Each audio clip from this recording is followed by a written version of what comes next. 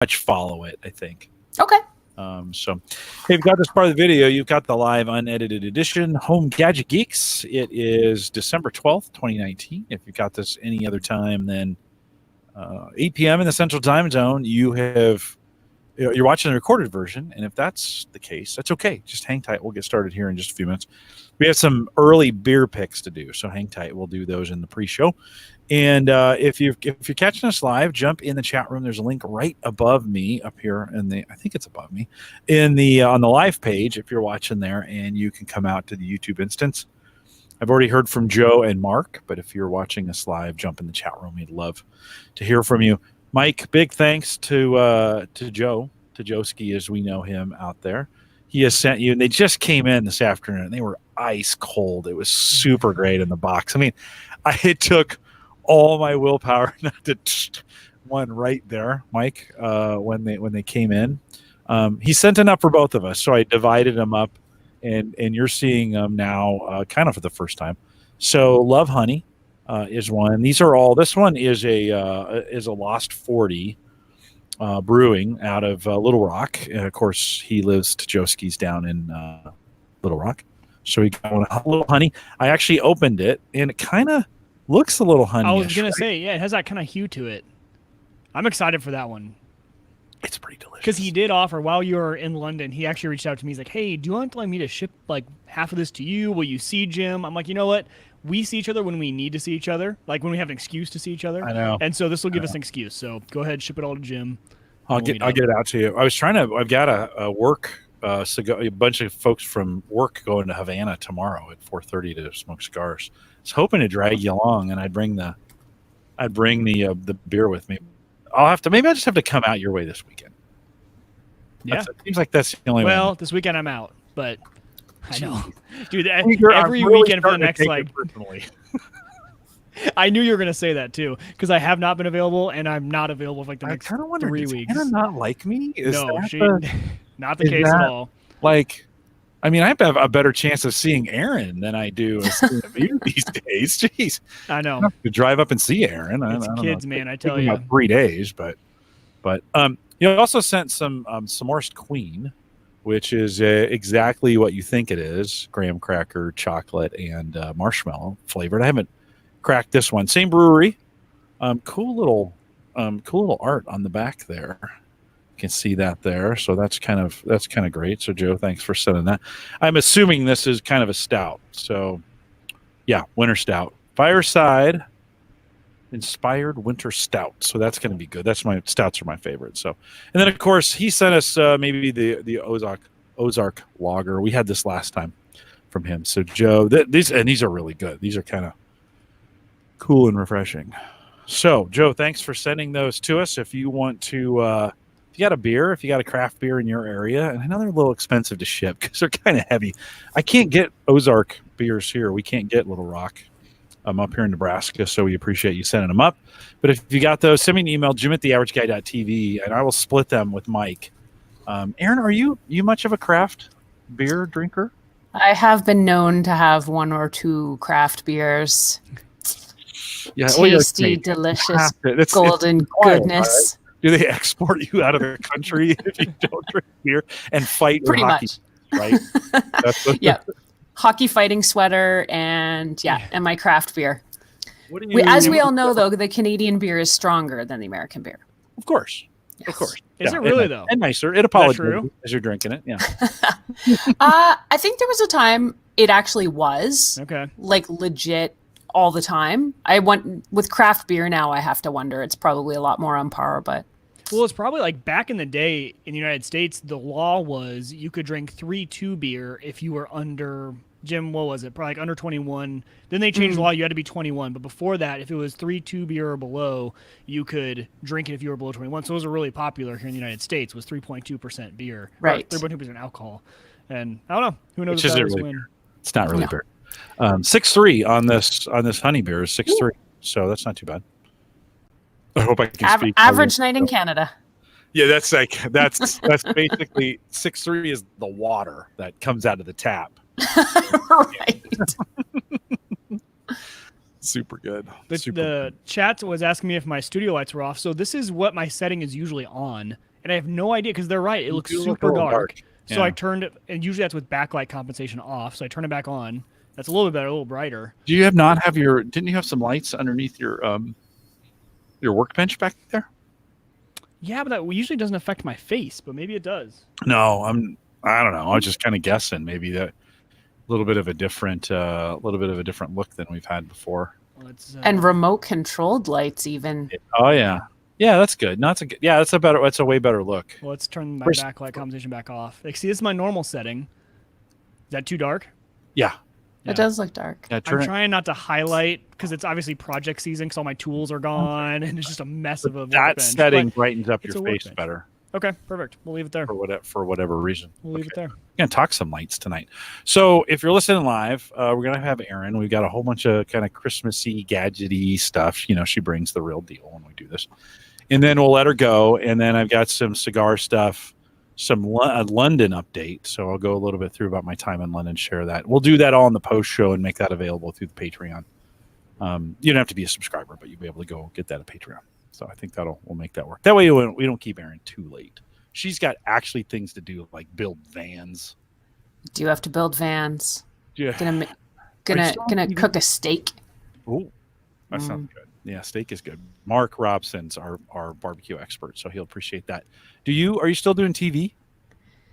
Yes, about every month or so. I've got a TV segment coming up next week, and then one like 2 weeks later, just ahead of CES, talking about fitness and are you going? How to get fit for the new year.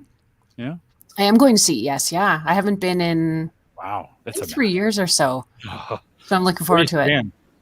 Just enough time to forget about how crazy it is from before. It's like, I'm like, oh, this will be wonderful. I'm actually staying just south of the Strip. Okay. Because it's the hotel rates during CES are like, so yeah, I went a little further out. Fremont's not a bad, and then they have a shuttle that goes down. That's not a bad way to do it. So that's true too. Yeah, I debated that. Yeah, I did that a couple years, and then I covered it a couple years in a row from here. And that was a lot better, just to be home. And we had people.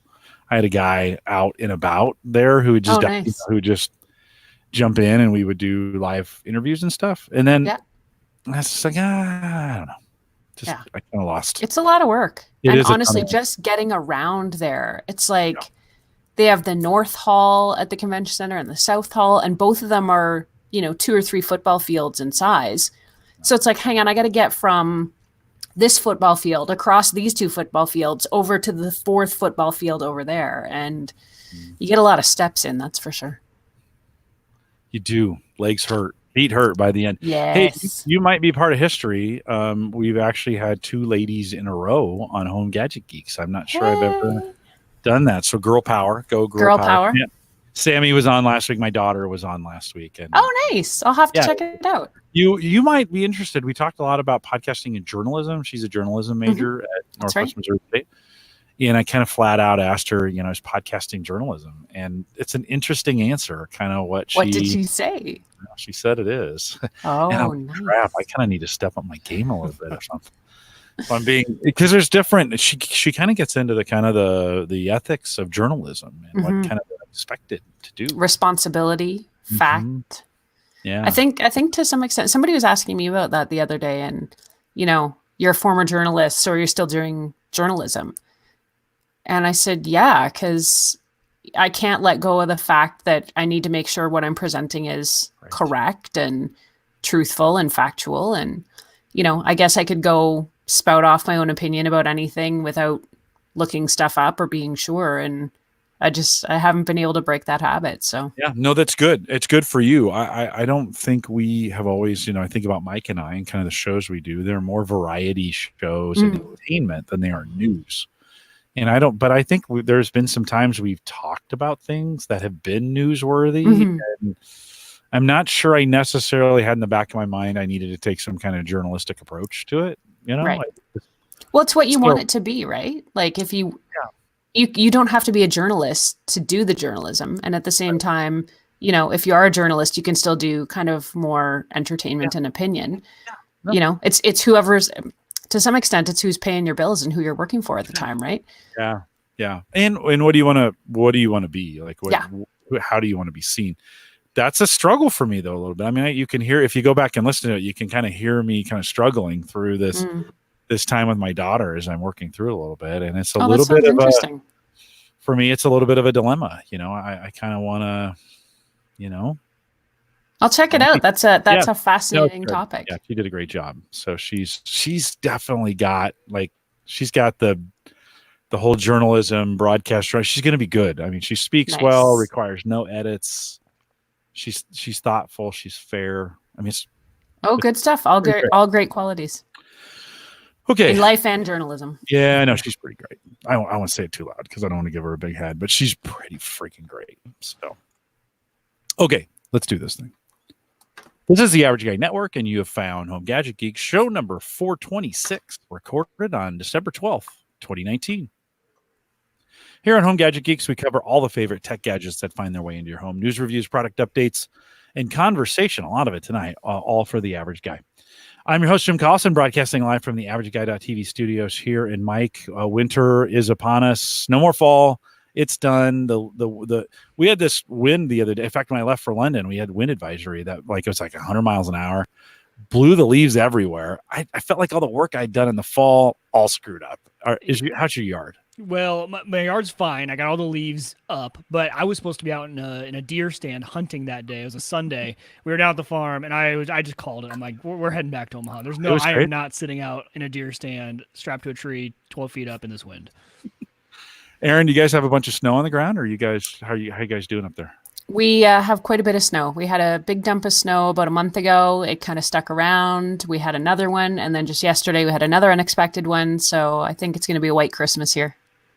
That's good. That's not always a bad thing. We get maybe once every 3 or 4 years here in Nebraska as a white Christmas, and that's not always a bad thing. One time we had a blizzard Christmas Eve, canceled Christmas Eve services, but that morning, and we had a foot or 18 inches of snow on the ground, and it was beautiful. And I was just like, this is Christmas. So sorry if you live in Australia, you'll never have a white Christmas, but you can have them if you come up here to the United States. Of course, we'll post a whole bunch of show notes tonight because Aaron has been kind enough to provide the links for those. You can get them all out at the AverageGuy.tv. Don't forget, you can listen to us live on our mobile app when you're traveling. I could have used that, except I wasn't there to do the show last Thursday. Mike, did you go live on Twitch? Is that what you did on Thursday night? Yeah. Well, I streamed on Mixer for just a little bit, and I think I had a few of them stop out and see it. So yeah, it was good. Fun. Well, thanks for filling in for me. Will, in the post show, so if you're a regular listener in the post show, I'm going to kind of give a London update. So that'll be available on Patreon. You can go to the AverageGuy.tv/Patreon.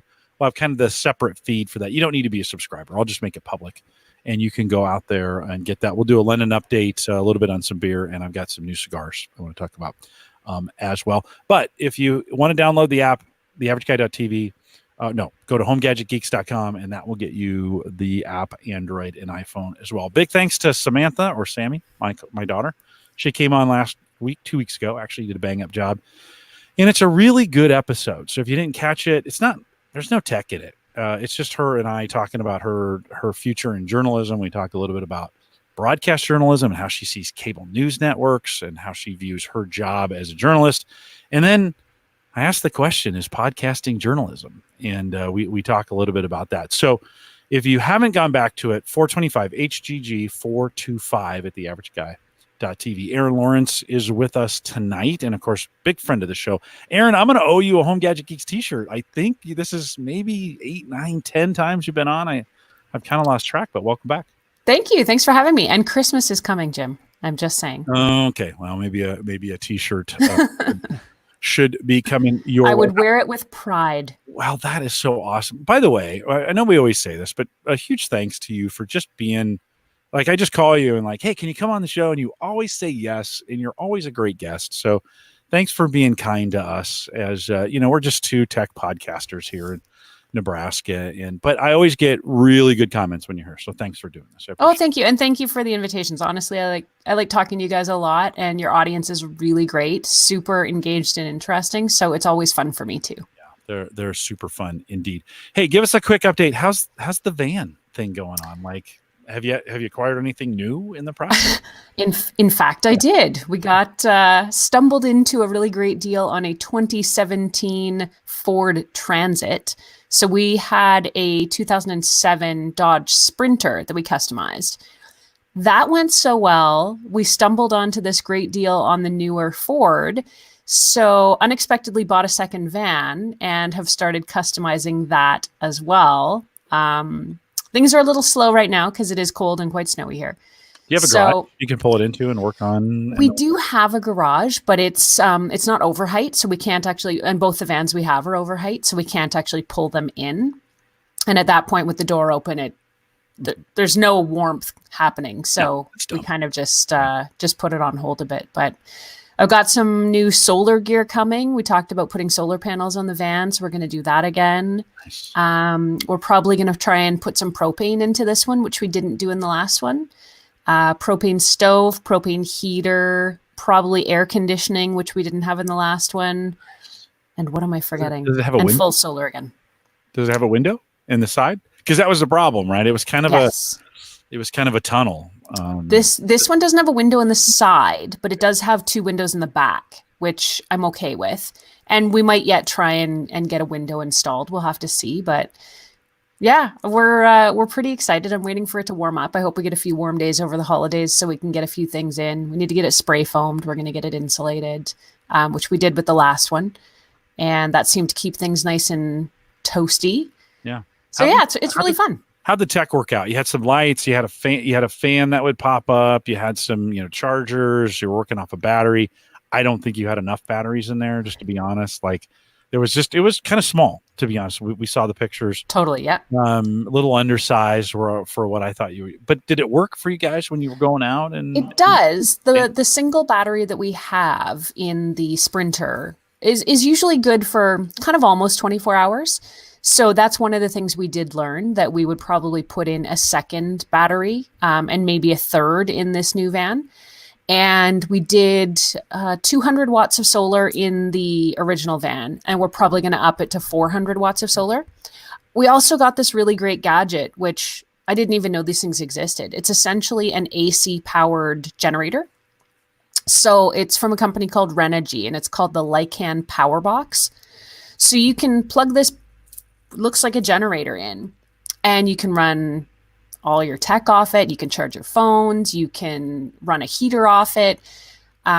Just depends on wattage and amperage, which I'm still learning about. But you can also power it not only off the AC, you can power it off the cigarette light charger in the vehicle or off solar power. So we're going to get it's called a solar suitcase, which is one of those things that just sort of opens up 300 or 400 watts of solar panels, plugs into this device, and keeps it charged all the time. So making some significant power upgrades in the next van, definitely. Sounds good. What's the retail on something like that? I mean, what's that set you back? That can't be cheap. On the solar, I think the solar panels, oh gosh, I want to say they're around $100-150 per panel, and each of our panels is about 100 watts. The Lycan Power Box is probably closer to like $800, $900, $1,000, I think. And the battery in that is replaceable. So once you get through all of your charging cycles on a battery like that, in theory, you can replace it. So it should last a good long time. We've been playing with it and toying with it. It's been too cold to get out for much, but yeah, we can't wait to try out all these new toys, all this new tech. So is the idea that you're going to keep both vans or eventually sell the first one? What's kind of the plan? Airbnb, the one? Yeah, no. Hey, I didn't even think about that. Is there a service for that? I'm sure there is. There is, and we did it last summer and had the van rented out all summer.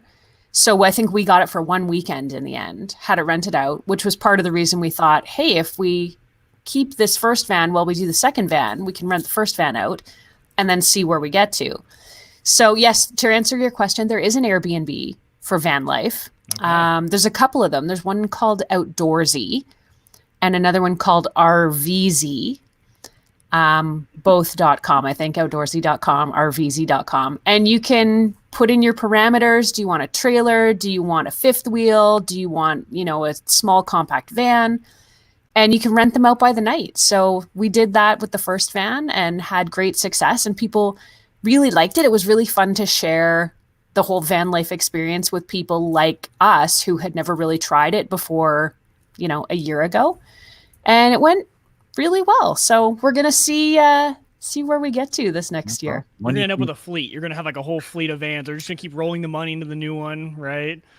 Don't laugh, because that might actually be you've talked about it. Doing. Yeah, definitely. Okay. All right. It sounds great, and it's fun, right? Something to work on, something to keep you distracted, and something to try out some of this new. I mean, think of all the solar tech that you get to kind of try out with this and see how it works. You had an extender, right? You had a cell phone extender in there as well. Yes, right? Amplifier, signal amplifier, and we've tried a couple of different versions of those. You can get them built in or temporary, so that you can kind of just stick them on with a magnet and use them where you need them. And those actually work really great. Like all this stuff I didn't even know existed. And I was like, solar. I'm like, how good can it really be? And then you hook up the solar and it's like, oh no, it keeps everything like fully charged all the time. And it's been really good. We've been really happy. We've been getting stuff from that company, I think I just mentioned it, called Renogy. And their stuff is really durable. The products are really well made. So we've been really happy with it. And so to your question about the additional batteries, they also carry batteries. So I think we're going to order up a bunch of new batteries from Renogy probably in the next couple months. And yeah, we've been happy with it. And I think there's some math that goes along with usage, and you really don't want the battery to go down below a certain amount as you're using those. So you kind of need to overpower what you think. It's not like your cell phone where you take it down and bring it up, but you want to keep your battery bank pretty full, I think, in most cases. And I've heard in some cases you not even want to get it below 50%. Yeah, that's what we've been reading. And my husband has been very good about, when it does snow, as it has been here, he's out on the Sprinter van with he bought an extra long mop with not the mop head, but like a flat mop kind of thing. And so he gets out and he pushes the snow off the solar panels so that, everything stays charged up. And he bought a trickle charger for it. So if we ever do, get into a spot where it's just the weather is not cooperating, it's too cloudy or too much snow, we just plug in the trickle charger and that keeps everything topped up really nicely. Oh, that's super great. And so we'll follow you those. If folks are new to the channel, maybe they're hearing you for the first time, they want to follow you on these van builds, where's the best place to do that? I would say start with the blog, which is techgadgetscanada.com. And we also share this on youtube.com/AaronLawrenceTV and Twitter and Instagram @AaronLYYC. Cool. Yeah, it's getting popular. So, Mike, you got into a little trouble for following a van life, right? I mean, I was kind of wondering what's going on. Was it Instagram? Yeah, on the Instagram, we talked about #vanlife last time, and fantastic, definitely worth a follow. But we were talking about before we went live, there's almost kind of like a hippie movement behind this as well. It's kind of part of it, right? Like live off the land, live in your van 24/7. Well, there's also a trend of people showing how they bathe. And so usually they're skinny dipping in like a lake right next to their van. And my wife was like, why are there all these like people bathing in a lake on your Instagram? I'm like, I swear it's nothing weird. I'm here for the vans. I'm not here for the skinny dipping women. Are they all ridiculously good looking though? They are. And usually their backside's bare. So yeah, yeah. Oh, well, if they weren't, I don't think my wife would have a problem with it. I think hold on, let me fire up my Instagram. Sounds like something I need to follow. So, an interesting byproduct of a conversation we had coming back in the summer. So, yes, Aaron, as we think about Christmas, and we kind of have you on early every year to kind of think about that, and the first couple things I want to talk about is something every Christmas I think about, like, because in my house, I'm the guy who vacuums. So when the kids moved out, we divided and conquered kind of the house chores, like who's going to do what. And so I took over all the watering of the plants and all the vacuuming. And so every Sunday I vacuum the house top to bottom, but I vacuum the house top to bottom. And so with the advent of robot, we've talked with you about robot mowers. Mm-hmm. But for the last, I don't know, 3-4 years, right? These aren't that new, but there's been a lot of innovation around the Roomba, the iRobot, these vacuum cleaners that do this in the house. And I struggle with it every year because it's a $500 bill, right? It's $400-$500 to get the really good ones, I think. Yeah. Okay, so more. And it's going up, yeah, because they're getting smarter. Well, right, and there's now one that has its own base station, and it right that came out last year, I think, at this time, and it discharges and the junk for you. So you spent a little time on your site, and these links will be in the show notes, so folks want to come out and see the work that Aaron's done on it. But you've looked both at the iRobot Roomba, the S9 Plus, as well as and I have no idea how to pronounce this, Braja. BravaJet. I think I actually typoed it on you. Okay. Sorry, that's my fault. I want to say BravaJet. Hey, bro. What's up, bro? Well, I read it as Baja, so I'm not even reading even more close to the right word. That's the surfboard mopping Yes, device. exactly. 6.3 is starting to kick in. Let me just say. I'm drinking water. What's my excuse? You've looked at both of those. Let's kind of start with the mop piece. And we talked to you back in the spring, and you even tried one of those kind of mop style that clean the window, right? When yes, right, we did that. Yep. So have you been trying these out? Are they getting better? I mean, are they actually doing their job?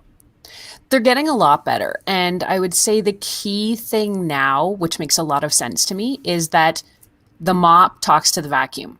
So the thing about a robot mop is it's great, provided you, Jim, have done the vacuuming in your house. Otherwise, it's just getting gummed up with, pet hair and dust and everything else. So what they've been doing is figuring out how to get these two robots to talk to each other.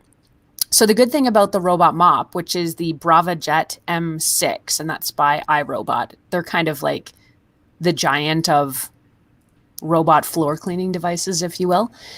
So they figured out a way to get these two devices to talk to each other. So if you want to mop your floor, you can send the sweeper, the vacuum, out first. It sweeps up the whole house for you. And then when it's done, it basically tag teams the mop. The mop goes out and mops everything down. So to your point, yes, there were robot mops before. Yes, there were robot vacuums before. But now they're literally a team. Like, I think the next phase might be they combine into one magical device that does everything.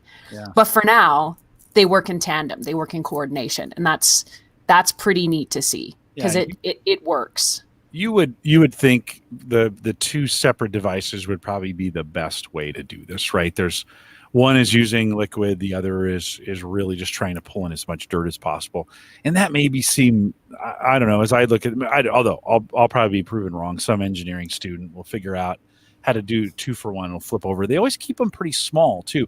Are these units are they remaining small? Have you seen them getting bigger? What are you seeing as far as these units go? I would say the vacuums are probably about the same. You could say they've gotten bigger because now you've got the dustbin that comes with it. So whereas you used to have the robot vacuums that had a little, almost like a drawer that you would pull out and it was full of the dust and the dirt and the hair and everything else, you dump it in the garbage. Now they come with a dustbin attached. So the actual base station is a lot bigger and it does take up a lot more real estate. But tucked inside it is a vacuum bag. And when the vacuum is doing its work, it goes out. If it's full, it'll send itself back to the base station, empty the robot out into the base station, and then go back out and keep doing its job if it's not done your whole house. So the vacuums are, I would say, similar in size, but the base stations are bigger to accommodate that extra service that they're providing, I guess you could call it. The mops are also bigger. I tried out I would call it the original BravaJet mop, probably about 3 years ago. And it was fairly small. I mean, like smaller than a lunchbox, fairly compact. And, it's really kind of just doing one room. Like it's doing your kitchen or it's doing your bathroom, and then it's sort of done. But now the mop is a lot bigger. And on the blog and the video review that I did, I put them up side by side. And you can actually see there is quite a size difference in them. The mopping pads seem to have gotten better. They now make reusable mopping pads for the mop, which is very convenient. There they are. For those who can see the screen, it's quite a significant size difference. And the other big thing about both the mop, I would say, and the vacuums nowadays is they've got a lot more brains. So these devices are able to map out your entire home, your entire main floor, know where boundaries, barriers, obstacles, sofas, walls are. And that allows you to sort of go back in afterwards. You can label your map. And then because it's voice connected, of course, you can tell Google to go mop the living room and the kitchen or go sweep all the bedrooms. And they're that smart now that you can fine tune the cleaning power of them to that degree. Now, how accurate, because that's what I've been noticing, is the marketing around these things has kind of shifted towards the mapping technology, right? And have you found it does a pretty good job? And I've always wondered, do you have to almost tell it, show it a floor plan, or does it over time kind of give you the floor plan based on what it bumps into? So what it'll do, it takes, mine took probably 4 or 5 days to do. But the first few times it goes out, and this is true for both the vacuum and the mop, it basically is just running its own little, fact-finding mission. So every time it bumps into something, it registers that. And what it does over those first 4 or 5 days is it creates this, it doesn't even look like a map. It's just this really weird shaped space. And what you have to do afterwards is sort of go in and try and figure out, okay, well, this big space over here must be the bed in the master bedroom. And there's the dresser. Okay, so this is the master bedroom. And here's the island in the kitchen, and here's the table. So, okay, this is and you kind of have to put it together. It can be a little hard to interpret if you've got a lot of furniture or you haven't picked up your obstacles, or if you have kids who leave toys everywhere every day. Exactly. Yeah. So it does a really good job, and you can figure it out, and then you go back in and label it afterwards. And, because it's constantly learning. So say you left a giant box in the middle of your living room for some reason, it'll figure it out afterwards. If the box disappears, it's like, oh, something's changed here about this map. So it's constantly learning. But once you're able to add those labels to each of the rooms, you can control it, with so much more precision. And it's really cool. It does a really good job. So where maybe a couple years ago, these did an okay job. I'm showing the map currently on the screen. It almost looks, the map, I'm kind of used to the, when you think about the map of a house, it's, walls and stuff. This actually kind of looks like some islands in the South Pacific, right? It looks a bit like a donut.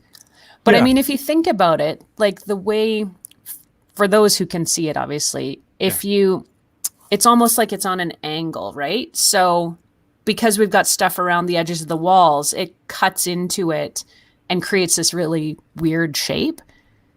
But that's just showing you that it knows where all the furniture that's placed against the walls are, or, where walls or peninsulas or islands are.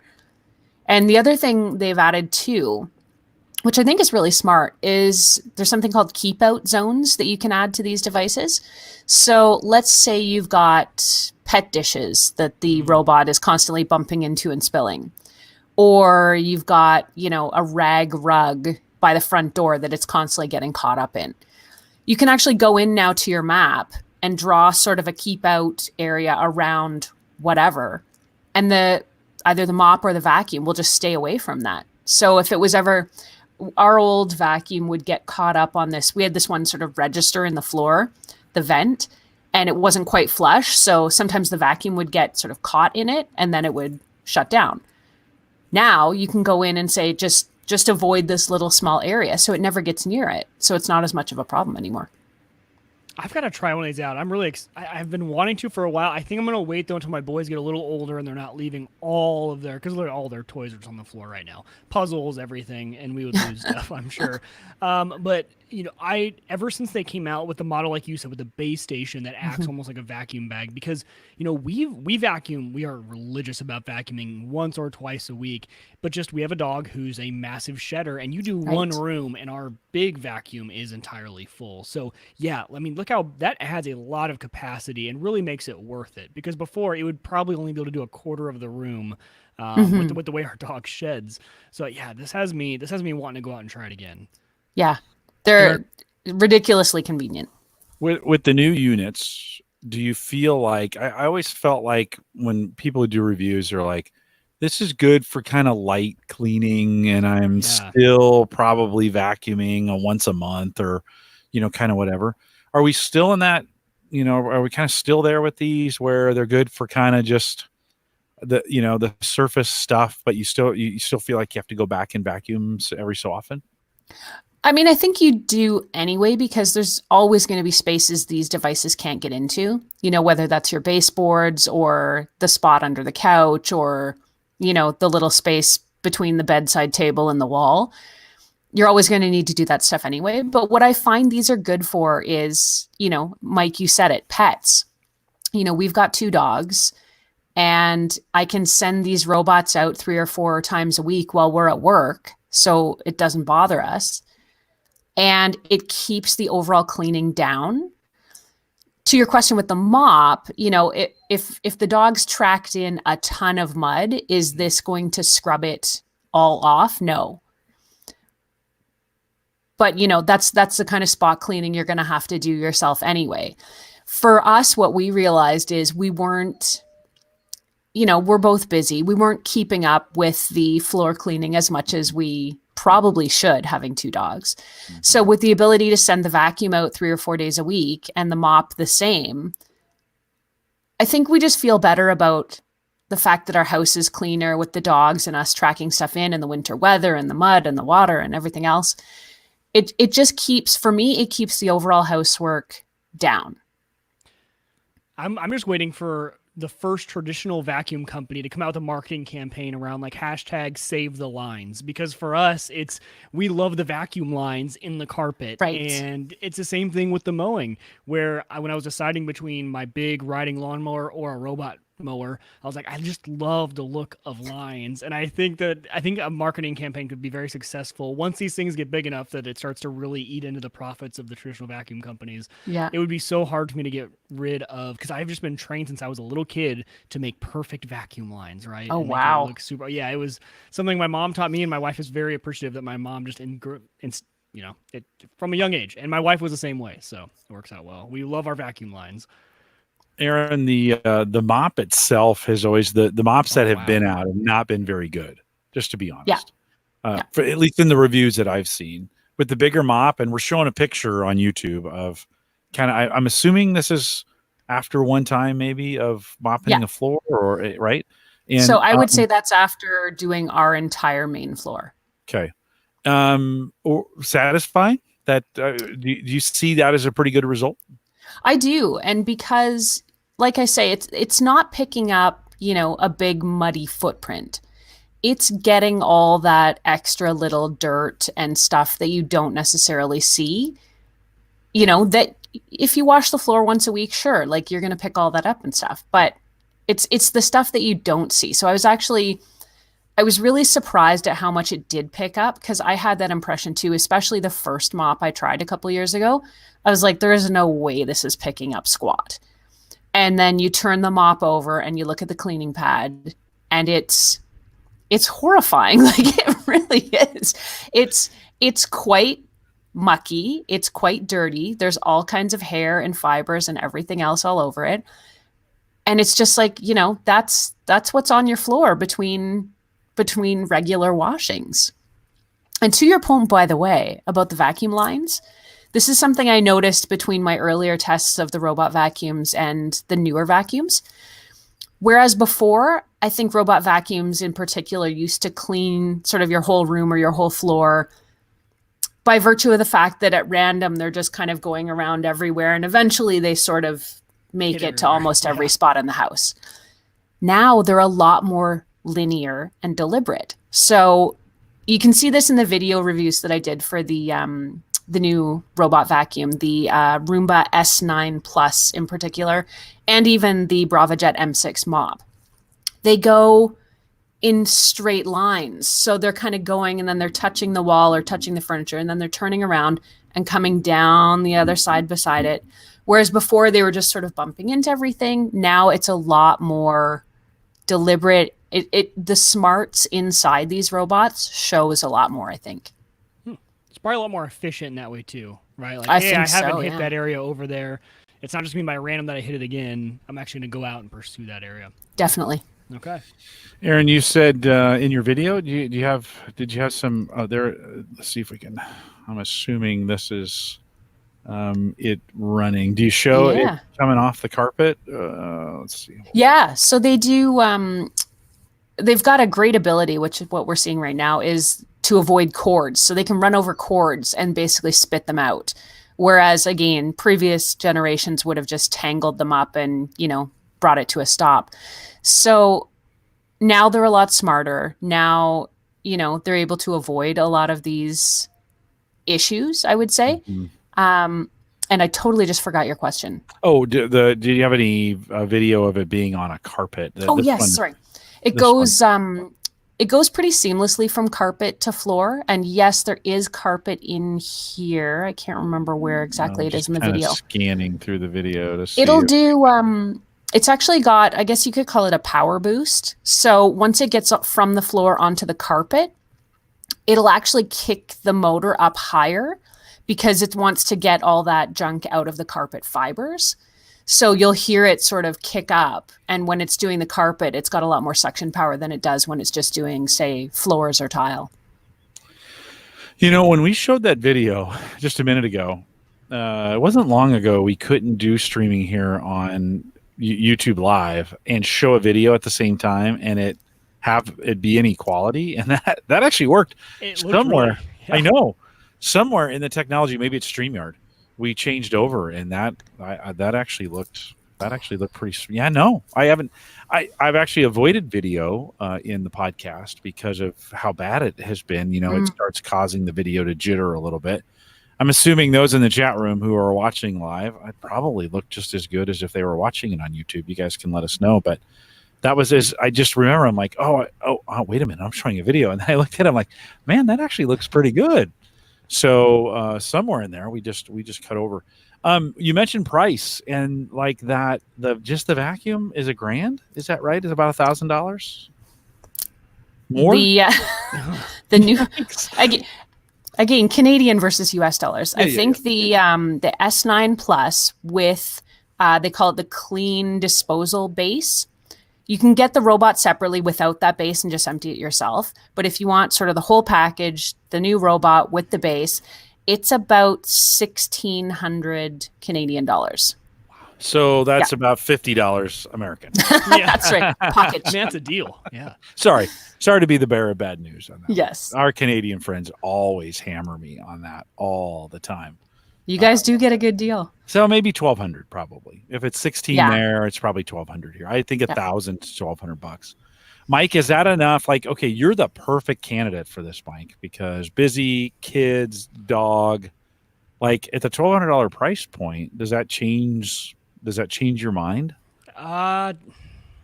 It's still a little too high, only because, and I'll tell you this, I actually don't think I'm the perfect candidate just because of the kids, because there are so many toys all the time. We do try and pick up every night, but that, how often does that happen, right?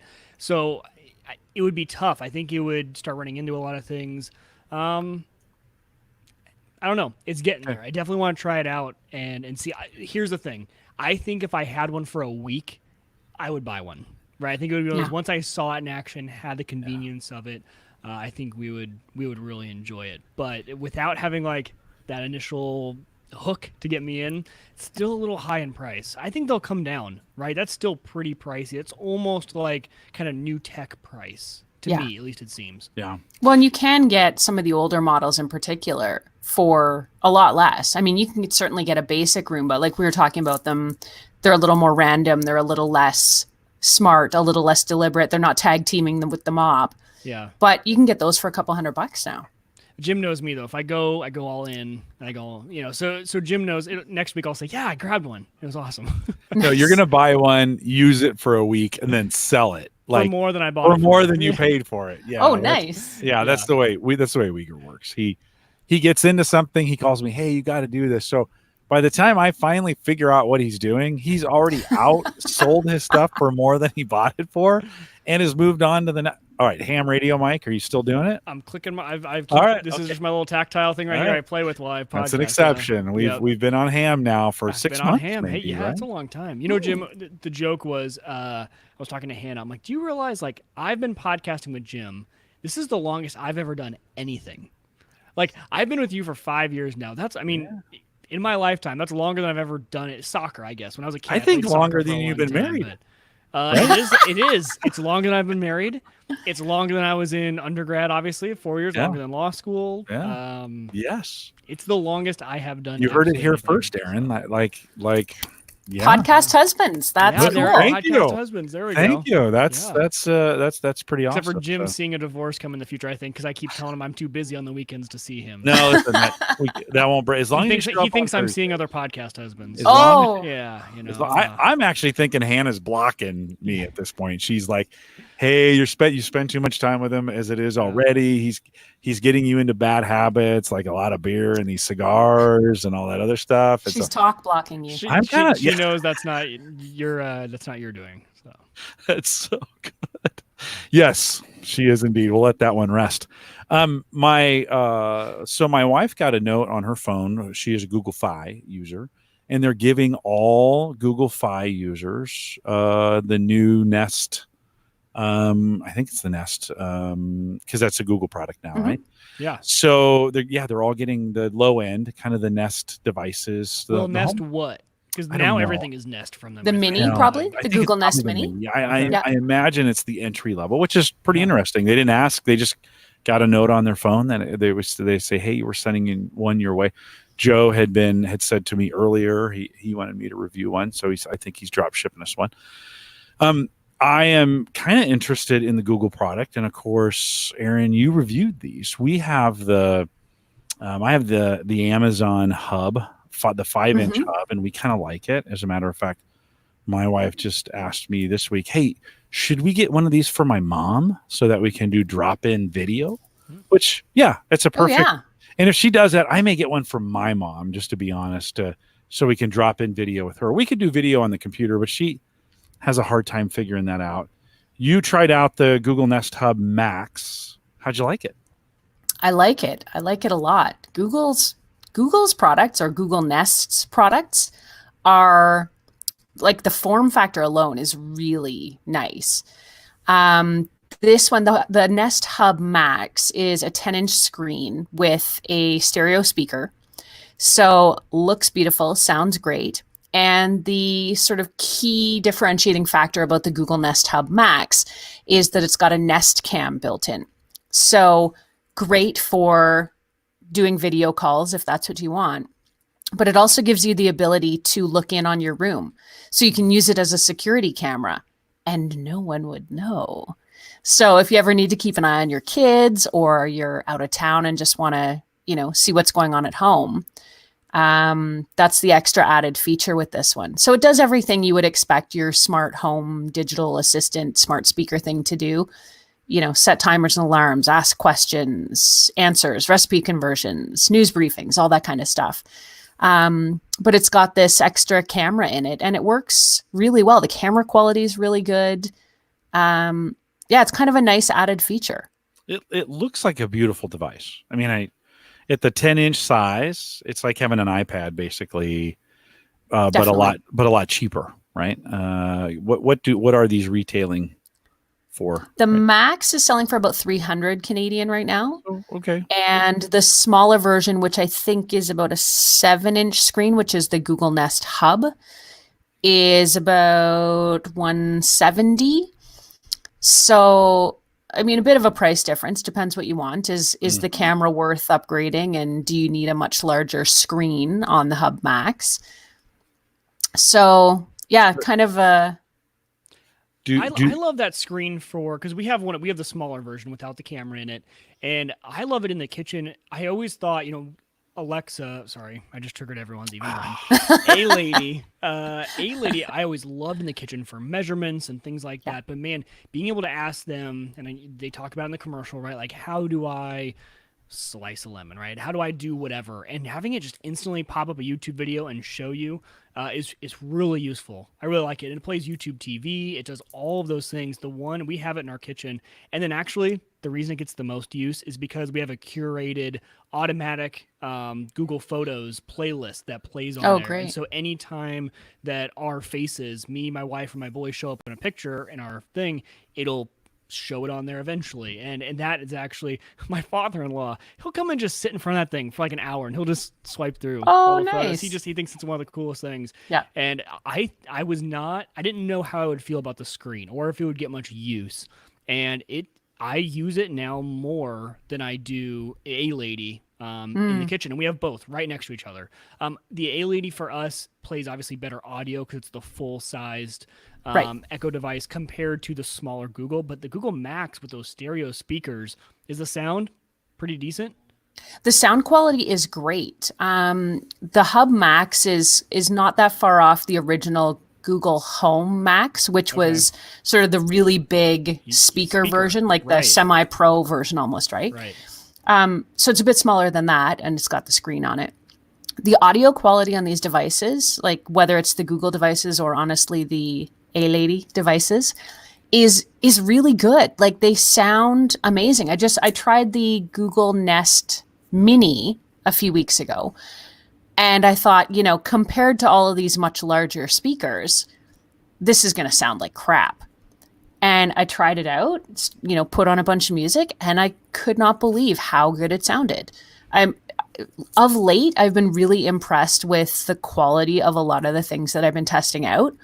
I would say about 4 or 5 years ago, I went through a phase where I felt like everything I was testing out was just crap. And people were just throwing stuff onto the market. It wasn't ready for prime time.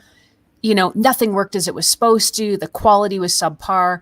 And I feel like a lot of the manufacturers and, Google and Amazon among them have just raised the bar on everything. And, they say you're getting a good speaker. You're getting a good speaker. Okay, that's good to know because I've been thinking about maybe trying out more of the Google devices and giving them a shot. Our house is littered with Echo devices. And I was like, maybe giving the switch over could be something pretty cool. Although I've been playing a ton lately with the Echo's ability to do routines.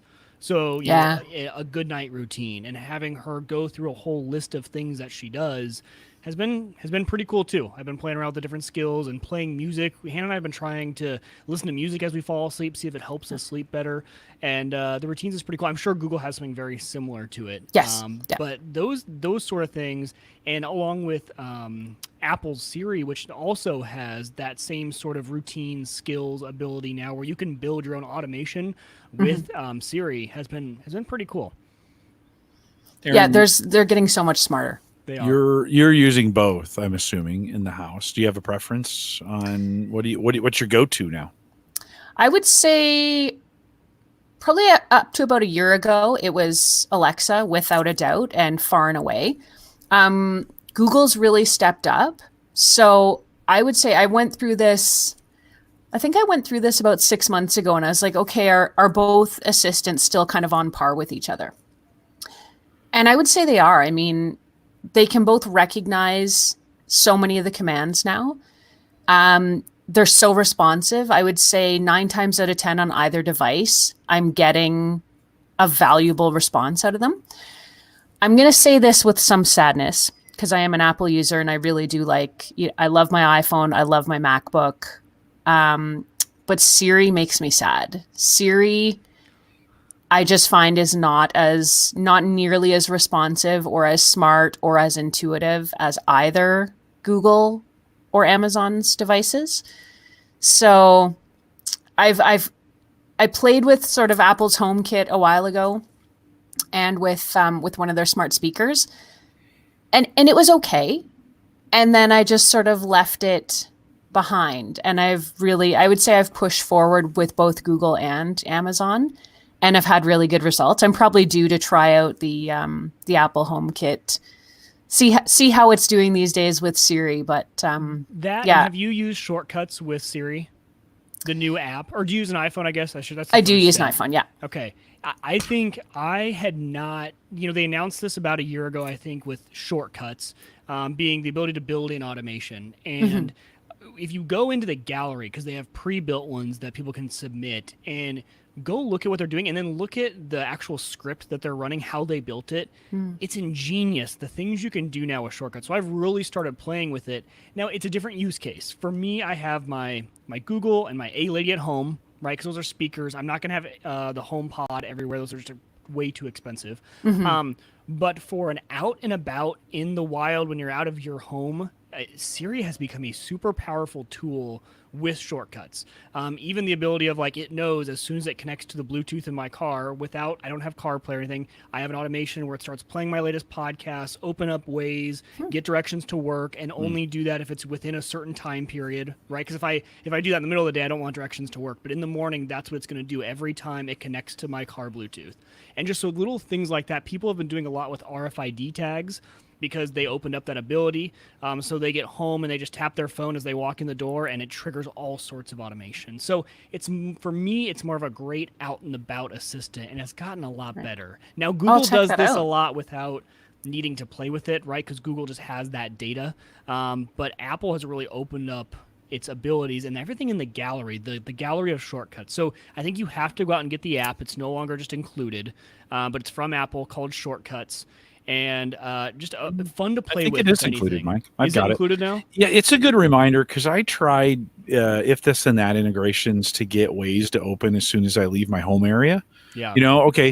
99 times out of 100, when I'm leaving my home area, I'm going to work. So that's a pretty safe assumption to say, hey, when I leave the home area, I just want you to open Waze and navigate to work. Because what I really wanted to do is tell me, don't take the interstate, because I have really two options to get to work: the interstate or 10th Street, or I think it's 13th. And a lot of mornings now are, in the last year, that interstate commute for me it's jammed up 3 out of 4 times. And so Waze has become more important to be like, no, don't go that way. Take 13th Street. And so I tried using if this and that. Doesn't work very well for that. I need to try shortcuts, because I think that may be the way to get it done. Try it. And then the thing that in my brain, when I still think of Siri and these, I think of an assistant where I need something right now and I ask it something, right? Where when you're looking through the gallery on shortcuts, there are things like, hey, every morning, email me my calendar. So look at my calendar and just send me an email with a PDF, or you can have it texted to you, right? Like, what are my main things I have today? And it can do all these automations that don't really require you to even have any input, but it's things that, and like I said, there's a what is my availability? So I can say, hey, check my availability for next Friday, and then send a meeting invite to Aaron Lawrence with my availability. And the background script that these guys have developed in this app is super cool. Where it goes, it checks your calendar, when am I available, takes that information, parses it, puts it in a text message, sends it to you, and all of a sudden, within a second, you have my availability for that day without us being connected in Outlook or the traditional calendar clients. So just, give it a shot. It's a good reminder to kind of check these things out. So that, and then routines for A-Lady, things that have just been getting a lot better that I've been enjoying playing with. I will definitely check that out. A couple comments from the chat room. Let's not forget about them. Kevin is, by the way, new feature on StreamYard. So now when I bring in comments, it doesn't cover up the bottom person. Oh, it moves them up. Look at that. Yeah, it moves everybody up. So the guys at StreamYard are crushing it. Kevin says they do sound good. We were talking about these devices. They are all chasing Sonos for sound quality, and I think there's some real truth to that. Of course, Sonos sets the bar. Is the kind of the leader in that, and then of course Kevin says, but of course Amazon and Google come in at a fraction of the price of that. Tajowski says I have one of the older Lenovo made Google assistants, and the sound quality is really, really good. Not Sonos, but pretty close. Kevin agrees. Sonos has the smarts built in now too. I think you can access both Google and Alexa using a Sonos. Kind of your choice of that. Other Jim says, I have the Echo Show 8, and we have the Show 5, and I think that's the one we're going to buy for our parents. Coming on the way. I like the shutter for the camera, and that is, it's the lowest tech thing in the world. It's just a piece of plastic, but that is a good right over the Yes. right over the camera. We have not ended up using our show A5 for very many things, but it really, like, having the added feature, even for timers, having the camera, the screen, and I know I'm a little early in the show to mention this, but when we're making HelloFresh meals with it, many of the steps take timers, and so we get Right. multiple timers rolling on that, and then you can say, "Show me my timers," and if you've named them right, hey, the potatoes got 15 minutes, the carrots got 10. We're finding that to be really, really kind of helpful and convenient as far as being able to have that screen. Mike, we don't watch YouTube on it. I don't think you can watch YouTube live on an Amazon device, right? Oh, not on Amazon. And I don't know how to do it on Google. The only person in our house who knows how to do it is my almost 2-year-old. Is Emmett? Somehow. No, it's Harrison, Harrison? my even youngest one. Somehow, without fail, he gets up there and he swipes some way and he's watching YouTube TV. And I have no idea how he does it, but yeah. Yeah, I don't find us watching it a lot for media consumption. I kind of want it on a bigger screen, and there's kind of other ways to do that. But I am finding it terribly convenient. Let's ask her what she feels about this. So I'm going to say, hey, Alexa, how do you feel about the Google Nest Hub Max? Here's something I found from the article Google Home on Wikipedia. A second smart display called Google Nest Hub Max. All right, Alexa, stop. So there, we display and video camera. Alexa, stop. So there's, there is this, and I wasn't expecting anything, but you do kind of get these. We're still in this spot where you're getting they're going to the search engine looking for some kind of relevant something or other that's on it. The drop-in capabilities, Aaron, have you done much where you're talking, you using them like you would use a telephone or communication device? I was trying to use it in our house. Our house isn't that big, but I thought it was super convenient to be, my husband's home office is in the basement and mine's upstairs. So, I would try and drop in on him and I'd be trying to complete the call and I'm like, what is going on? So I go downstairs and he's got it unplugged. His whole thing about these devices is like they're listening to us, they're watching us. So when I was testing out the Google Nest Hub Max, I'd come out, in the morning and the screen is face down on the table. Yeah. So I'm like, what are you doing to my device? He's like, there's a camera in there. I'm like, well, there's a shutter, like you can just shut it off. And he's like, no.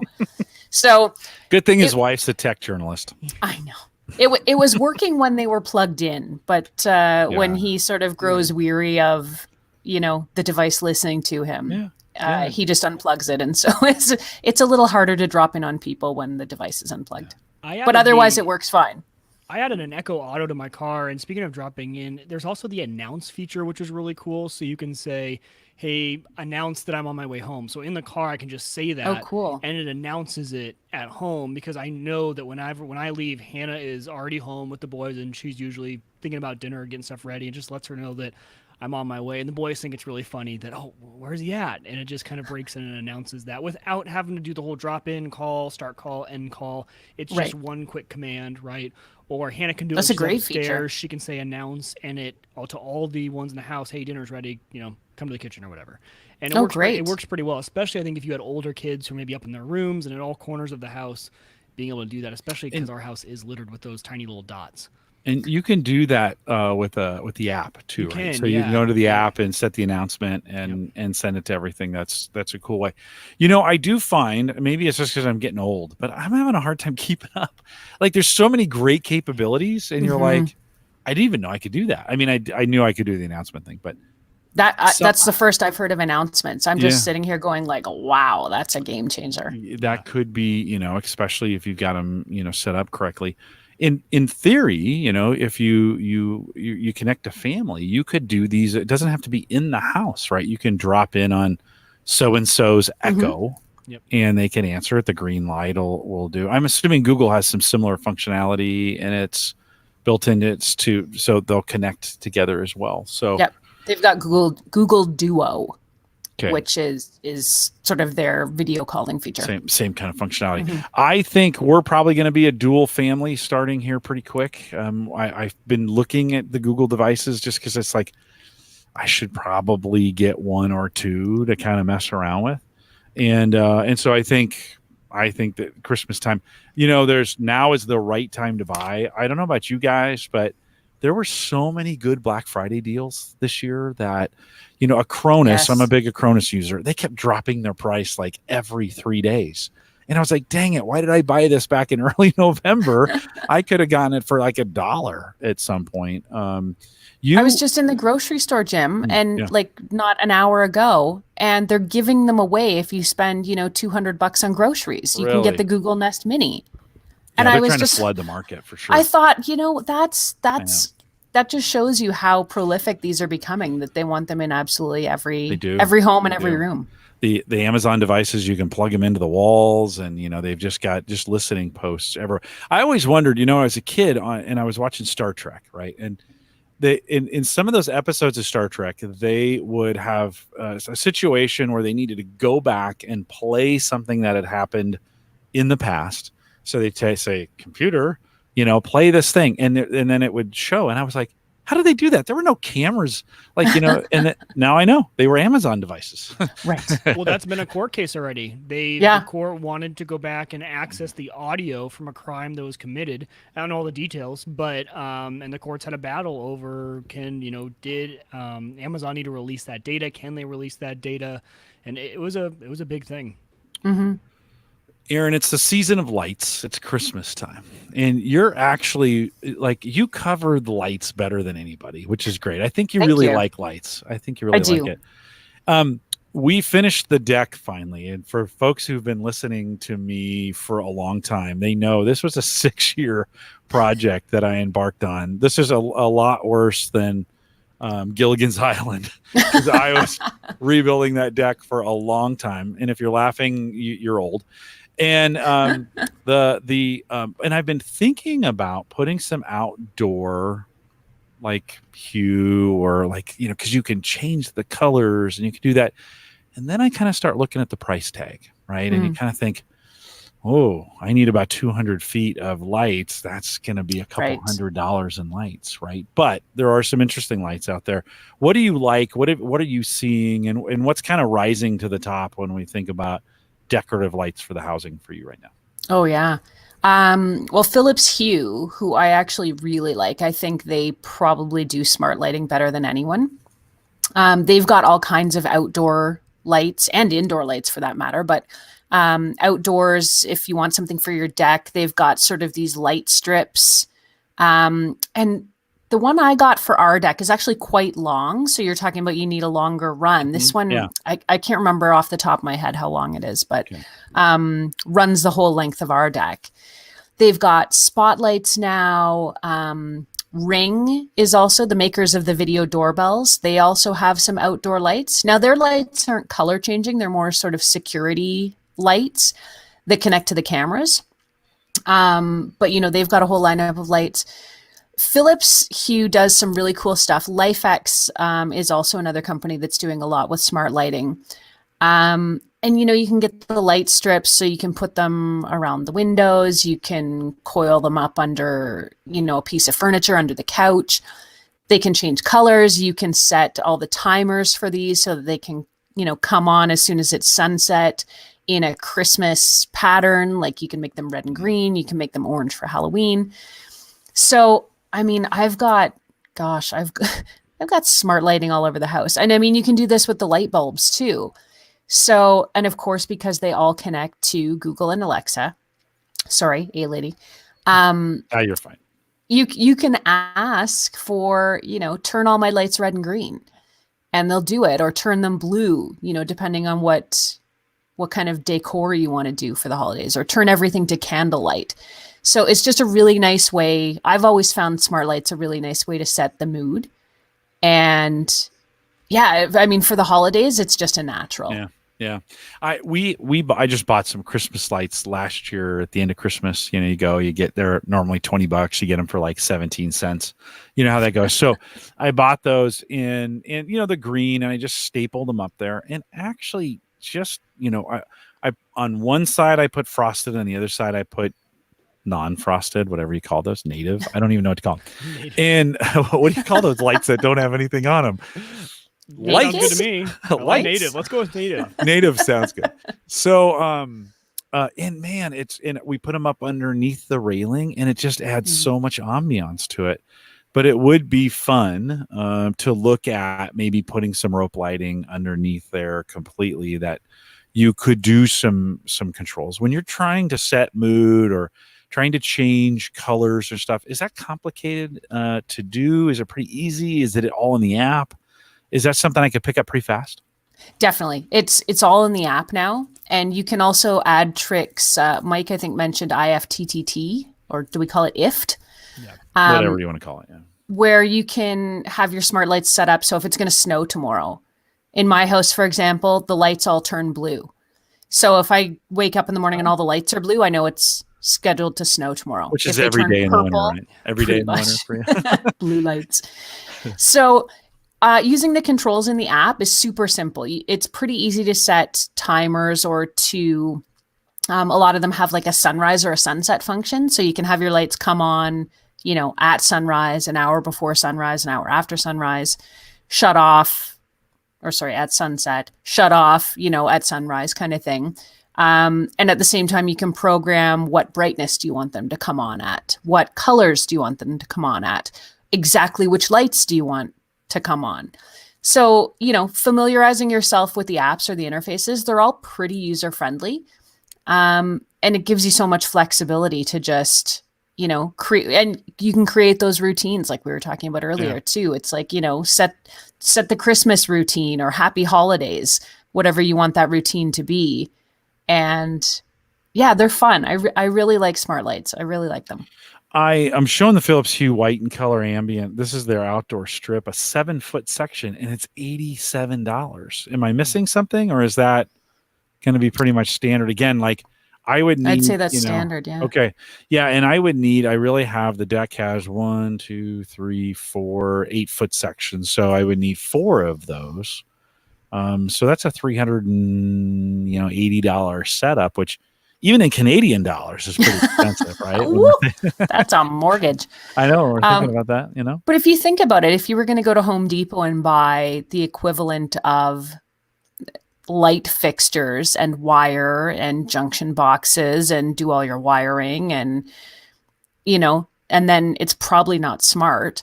So I don't know. I feel like the cost would be fairly comparable. And, if you use the traditional lights, you're getting none of the smart functions. You can't voice control them. You can't control them with the app in a lot of cases. So, it's what you want them to do, right? Yeah. And maybe there's some other options for me as well. And I'm not saying, you always go the cheapest options, but, here's some colored light rope. This is 33 feet. Whoa. 100 LED. And $15. $15. Now, I'm not saying you go Probably this can't route. go wrong. You're not saying you go this route, because I'm sure it comes in a Chinese bag, and but It says it comes with perfectly matched hooks, Jim. I don't even know what that means. There you go. 18 sets of hooks. All right. First of all, I'm super impressed that you can even read the words on your screen. Are you watching us on your 50-inch TV? Is that what you've got going on there? I did just get a 55-inch LG OLED TV, but no, I am not watching that today. All right. I thought maybe you were all your review gadgets have been deployed. Well, I'm kind of thinking there's probably some middle ground, but that being said, man, 17-cent Christmas lights, and I'm not far away. We're 13 days from Christmas as we record this right now. And I'm like, hey, there's always those after Christmas deals. And Definitely. I will probably go pick up just some green and try to match them as close as I can.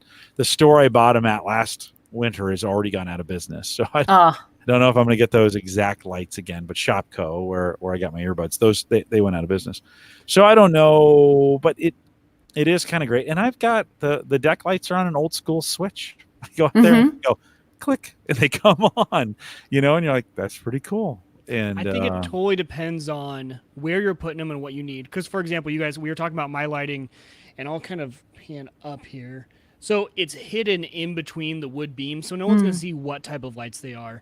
And for me, I'm not changing the color too often, so the remote works pretty well for me. Or I also had them on one of the the smart plugs, right? From TP-Link or whatever. And so you could still have voice enabled on off. Now you're not going to be able to change the color, but for a certain, if these were my upstairs lights where I want that color changing, the scenes, the routines, but I think it depends. So for an outside spot, maybe you don't really need the color changing. So maybe the cheap ones do work and you use a TP-Link little smart switch, and then that way they at least can be on your routines for on and off, but not the color changing. Because I use a mixture of both.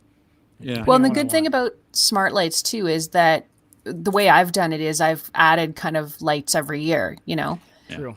And Last you can forever. constantly expand your setup and your kit. So, Jim, I say start with one run, along the back of the deck or something. See how you like it, and then if you want to, start adding more, it's all buildable, right? So No, right on. And I can finish out the deck in white to have the to kind of have the basic lighting. And then I could begin to add some other things to it on the smart side. It would be fun. We're not out there a ton because of the weather. We're not out there really as much. If it was in California and we could go out, 350 days out of the year, then I might think, okay, I'm going to invest in these lights because we're going to use them all the time. I mean, I'd love one of those things where it could be set up to the music that's playing, or you could kind of set it, kind of dim it, brighten it up, whatever you're trying to do. What besides, okay, so you had a utility use case where you're saying like when it's going to snow, they're blue. Do you have other settings that you use for that kind of to tell you things with your lights besides that one? Or now Mike's just showing off back there. I was trying to see if I could do red and blue, and I can't. It's all or nothing. And so, do you have other scenarios that you use that for? We did. I had it set up for a while where if somebody rang our Ring video doorbell, the lights on this one particular lamp would flash. And then for Halloween, I had a setup where if somebody rang the Ring video doorbell, the lights would flash like orange and purple or something. And then there was like one other level that I could have taken that where if I had hooked it up to, a smart speaker or something, that I could play, scary sounds like scary laugh. That was the worst scary laugh ever, by the way. It's good. It's at the end. I'll work on it. You're okay. So there's all kinds of things you can do with it. The doorbell thing is kind of a more practical use case if you don't necessarily hear the doorbell, because if you don't have the Ring chime installed and you don't have your phone with you, you might miss it. But if the lights are going on and off, you might notice it. Yeah. Tonight, as we were getting ready to eat dinner, my daughter was doing something, and I think she was plugging in the Christmas tree. And she said she came home on Tuesday night, so she hasn't been home very long from school. And she goes, "Don't we have something that we can just say turn on the Christmas tree and it comes on?" And how funny! Like that was, she was saying it like it was an expectation. I had bought last year, 2 years ago, I think every year I bought a plug for the tree. We use it. We take the tree down. I have an extra plug. It gets deployed somewhere. Yeah. Right. And so it got me thinking I should probably go on Amazon tonight and order a plug. So we've got, although there's only 13 days till Christmas, but the point was how quickly her expectation was that this thing's not on a smart plug. Yeah. Like, Dad, like, what is your deal, dude? I had the same exact problem, Jim, and then I had to quickly in my head, I'm like, okay, what lights in here are not Hue lights that I would have used a switch for? Where did I put that plug? And sure enough, it was down here in the basement. But I found it. Yeah. So no, you end up. We're all good now. Christmas is back to being automated. You. Aaron, we got just a few happy minutes. automated Christmas. Yes, exactly. Or take Tajowski's suggestion and say, on command, Merry Christmas on and Bah Humbug is off, right? That's how I do like those that. could be your vocal commands. Yeah, that's a good one indeed. Aaron, we just have a couple minutes with you left. What do you have coming up? As we think about, I mean, Christmas is obviously coming up, and hopefully you're taking some time off from all the writing and the video stuff that you do and those kinds of things. as you look ahead to 2020, do you have some projects as you think besides the van? We're going to follow you. When do you think you'll have your van done? When do we need to have you back on to review the second van? Maybe summer? Ideally, definitely by summer, but as soon as we get some decent weather that we can get out there. We had the idea we wanted to get it done in a month, and we were trying really hard in the fall to like jam it through, and we just got hit by bad weather really soon. So I would say as soon as we get some good weather, like April, if we have it ready by like May, that would be ideal for me. Just getting in my head. From a review perspective, you got any gadgets laying around that you're kind of excited about reviewing?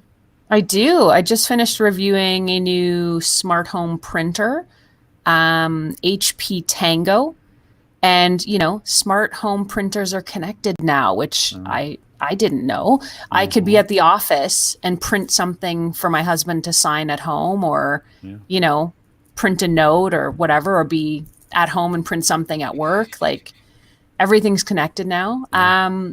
LG just loaned me a 55-inch OLED TV that is quite literally a thin sheet of glass that is narrower than my pinky finger. And I mean, I had it on just for a couple minutes while I was getting it out of the box and set up. Looks spectacular already. So I'm going to do a full review of that TV. I'm really looking forward to going to CES, which is the Consumer Electronics Show in Vegas, first week of January. I always find, again, crazy stuff that you just don't even know is out there. And you get to try it and see it in action and learn about it and hopefully have a review opportunity down the road. So I've got all those on the go. I've got a sound bar coming, a Yamaha soundbar and subwoofer combo. And what else am I doing? Yeah, that's plenty. I've got a lot of stuff coming down. That's plenty. Yeah, no, it sounds super cool. It's funny. As long as I've been doing this, I'm in a spot right now. I'm busy enough that reviews just don't sound that interesting to me. But I really appreciate all the reviews that you do. Like I've subscribed to you on YouTube, so I get the notification as soon as it comes out.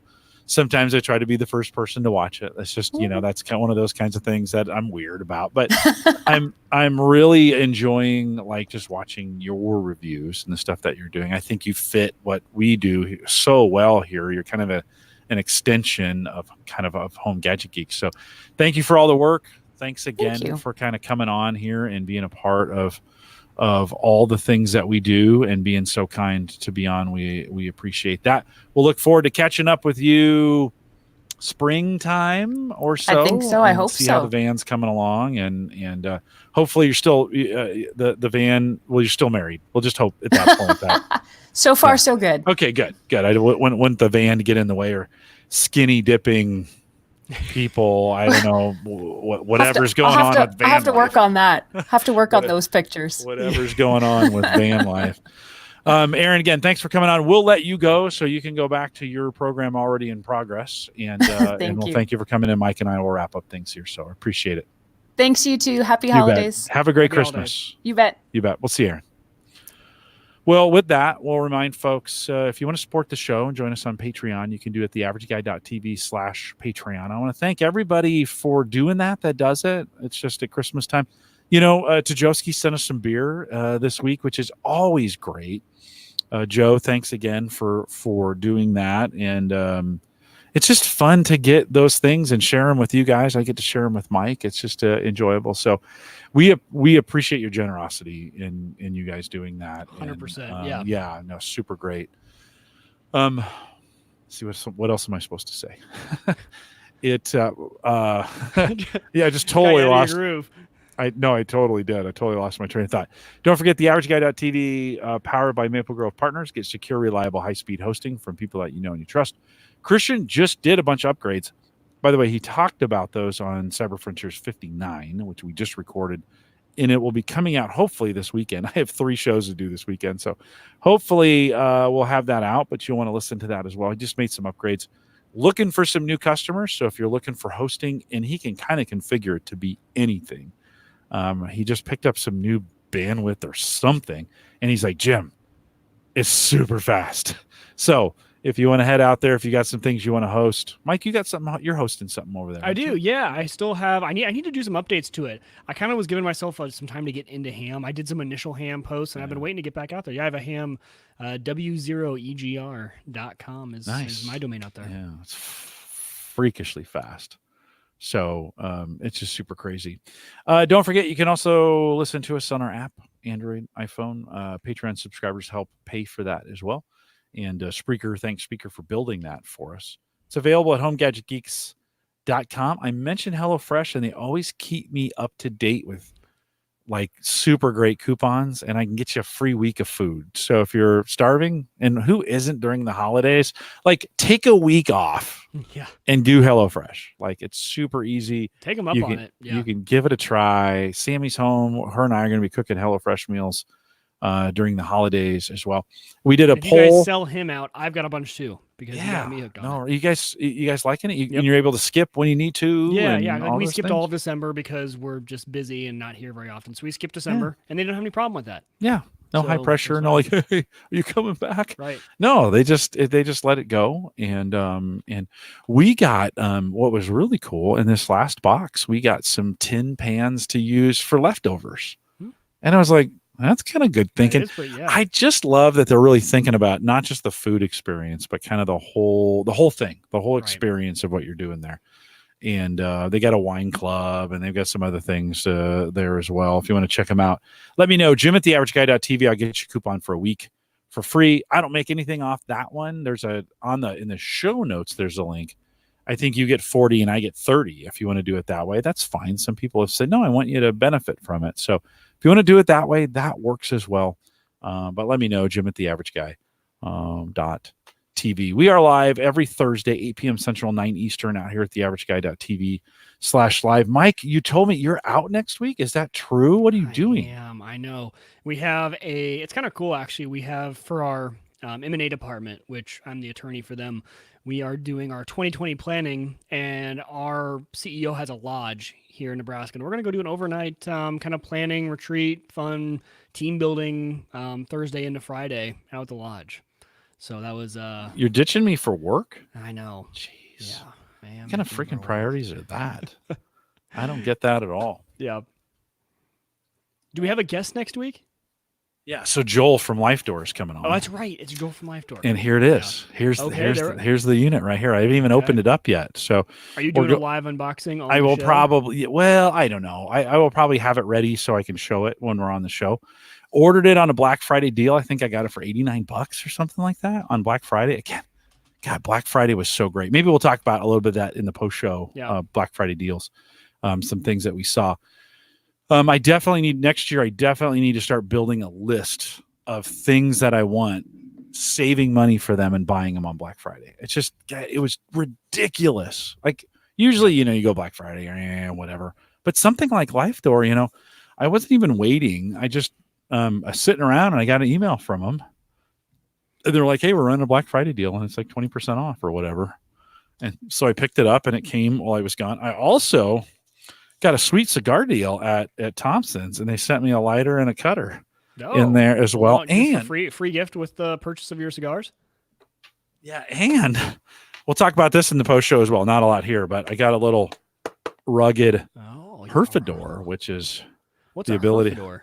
Yeah. It's just that's the brand for. Oh, okay. Gotcha. I didn't know it was a special type of humidor. No, they call it a Humidor. But I'll put a Bovida pack in it. We'll talk about it in the post show. But so I picked up some things. These were all Black Friday kind of deals as well. So stay around. If you're listening live, stay around. If you're a regular listener, I know it's been a while since we've done a post show, but we'll do one. I'm going to talk a little bit about London. So if you want to stay around, go out to Patreon, theaverageguy.tv/Patreon. We'll have a kind of a whole separate post show. Mike, you got a few minutes for me to do that? Oh, yeah. With you? Is that okay? Definitely.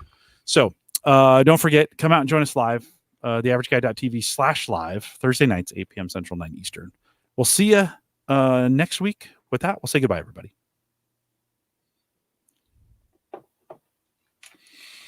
Yeah, I got some fun stuff. No kidding, you got some deals. I do. I was awful. I got nothing. I mean, well, you're busy. We got one Christmas gift for someone that was, $50 off or something like that on, but that was it. I didn't even do Cyber Monday. I'm bad. I didn't do anything. Just ask Hannah. I don't know if she got anything. Yeah, it was really good. Acronis had a deal going. I mean, it just seemed like everybody was like, "Dang, Yeah, I should have waited. I should have waited." Yeah, there were some good Black Friday deals. That you almost hate to talk about them after the fact because then you're like, well, because they're gone. right. Although, yeah, what I've heard is that the better deals are actually closer to Christmas. So Really? yes, there's Black Friday, but if you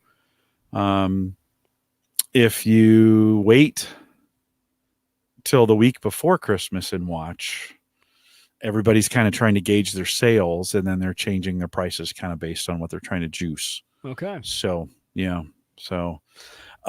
right before, so let's talk a little bit about London, because it was a pretty amazing trip. And so one, I want to thank Jim Shoemaker, who wrote a post for us out on the site. If you haven't seen that and you do much traveling, you might want to do it. He actually sent me two posts, one kind of a slim down version of what to think about when you're traveling, and then another one, it was much larger, which I'll probably post at a later date. And we call it 7 Trips for Easy International Travel, all kind of based on his experience. And Mike, it was super helpful to me to just to get that kind of stuff in my brain. Now, going to the UK is pretty easy. I'm not going to lie. Like it's an 8-hour flight from Minneapolis, which, by the way, is a great airport to fly out of for international. They got great beer there. I'm just saying, it was they really know how to do it. It's a really nice airport, and it's not over the top kind of international, and it's not Chicago, which is great. Like Chicago is an awful airport, although it's gotten a little bit better. But we got and kind of some of his advice was on equipment and batteries and connectivity and cables and money, all those things, exchanging money. A couple things that I learned on this. One is a screw sleep. Like I couldn't, no matter what, Just forget about it. Not worth trying to get it. and I worried about that for like 3 or 4 weeks. Like I was every night before I go to bed, I'm like, oh, they're just waking up in London. And then I think I'm not going to be able to sleep when I get over there, and I worry about it and I obsessed about it. One of the things I did do to prep was every morning, starting about 6 days out, I woke up an hour earlier. So I just, I got up at 6, and then the next day I got up at 5, and the next day I got up at 4, and the next day I got up at 3, just to start trying to get my body on that clock. And did it help? I don't know. I couldn't say scientifically. I do know I got there. I got on the plane. I tried to sleep. I did everything. I took melatonin. I ate the right foods. I kind of did the right thing. I put the right music on. I got comfortable, and then I didn't, and I'm like, oh, and I move around. Okay, I slide this way. I'm going to try that. I bought one of those neck pillows. That was a total failure. By the way, the neck pillow for me was a total failure. Was really worried about it.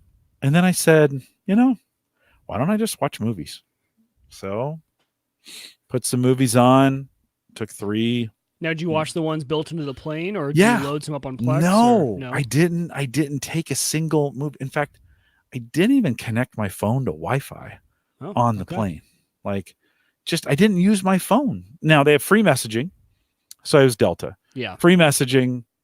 Like you don't need to buy the Wi-Fi. No. And the movie selection on the plane, gigantic. Like I watched Bumblebee. I watched Fast and the Furious, Hobbs and Shaw, which was super funny. I watched whatever, a bunch of pretty good A-list movies. On the way back, I ended up watching Endgame again. It's 3 hours. Why would you not watch one of the longest superhero movies in history? Yeah. Right. To get back. So no phone, no technology of mine. I just used the plane's stuff, and it was good enough. Nice, smooth ride. Yeah. Okay. So we got on, we got over there. I got off. In the UK, customs is automatic. It's all they do facial thing, Okay. and then so I I put my passport on the thing, and it was like seek assistance. I'm like, what? So I tried again, seek assistance. Okay. So I go to the lady. It's not taken. She goes, go to that one. And so I go to another one, put it in. Goes my seek assistance. So she's like, you're going to have to go to the guy. Guy. The No one wants guy. to see the guy. One guy. Wow. One guy that to do all like and I got right to him. So, I mean, like most people were going through the automated customs, but yeah. Well, it is kind of customs. It's the passport check, right? So I get up there and I'm like, it won't take it. And he grabs my passport and looks at the passport and he looks at me and he goes, oh, it's your beard. Because my passport photo, no beard. No beard. He goes, it's the beard. So ask me a few questions. You're out. So then you go grab your bags and you literally walk through a customs machine that is, I don't know what it's doing, but there is no one looking at the bag or ever stopping you. Like even when you come back into the US, there's kind of a customs agent who, what are you doing? Why are you here? This kind of things. No, just, and you do go through some gates of some things, which makes me kind of wonder if there's scanning like something. Like if you're being scanned before you come in the country. So right off, I bought the Heathrow Express Pass, which is the train ticket that takes you into Paddington Station in London. $30 round trip, so $15 a trip, 15 minutes. Boom. I'm in London in 15 minutes from Heathrow. Just like bam. I get off at Paddington. It took me a second to find the subway. Not long. It took me a second to find the subway. Literally walked downstairs. As I stepped down, a train came in. I got on the train. It took me to Baker Station. It was the Bakerloo line. I got off and I was looking for the Jubilee line. I see a sign that says Jubilee. So walk across. As I get to the platform, train comes in. I'm like, are you kidding me? Like, how great is this? No kidding. So now, I get on. Were you just getting lucky, or is the mass transit there just that good? It could be that frequent. Yeah. Right. I mean, it just could be that frequent. And this was a Sunday morning, so I don't know if you ever tried to ride mass transit on a Sunday in the United States. Not very good. Omaha wouldn't know, right? In DC, no, but in DC and stuff, I've traveled on it. And you wait a while on the platform. So, got off. They just had a terrorist attack. They'd had somebody stab some people, kill 2 people the Friday before I was going there. So that area was a little tense. There was a lot of security guards and stuff. But got off at London Bridge, walked up, walked to the hotel. Found that super easy. Pulled up Google Maps. By the way, Sprint has really good coverage. This is the part I was wondering what you did for phone service. Yeah, so I called Sprint in advance, and I'm like, I didn't really call. No, I did call. I did a chat with them. I said, hey, I'm going to London. What do I need to do? She's like, oh no, you're covered. Actually, you have free 2G service over there. That's just enough to do messaging or maps or whatever, email. Yeah, it's free. Just turn your roaming on when you get there. Now, to be honest, I haven't checked my bill, just to be 100% honest. So I might, this is one of those things where you're like, oh, okay, this is what they told me. They said you got it. You got it. Yeah. No, I think I'm pretty sure. I'm pretty sure I'm fine on this. But so free 2G coverage. And then if you want to buy, if you need it, you can buy a day pass for $5 or you can buy a week for $25. And it gives you 4G.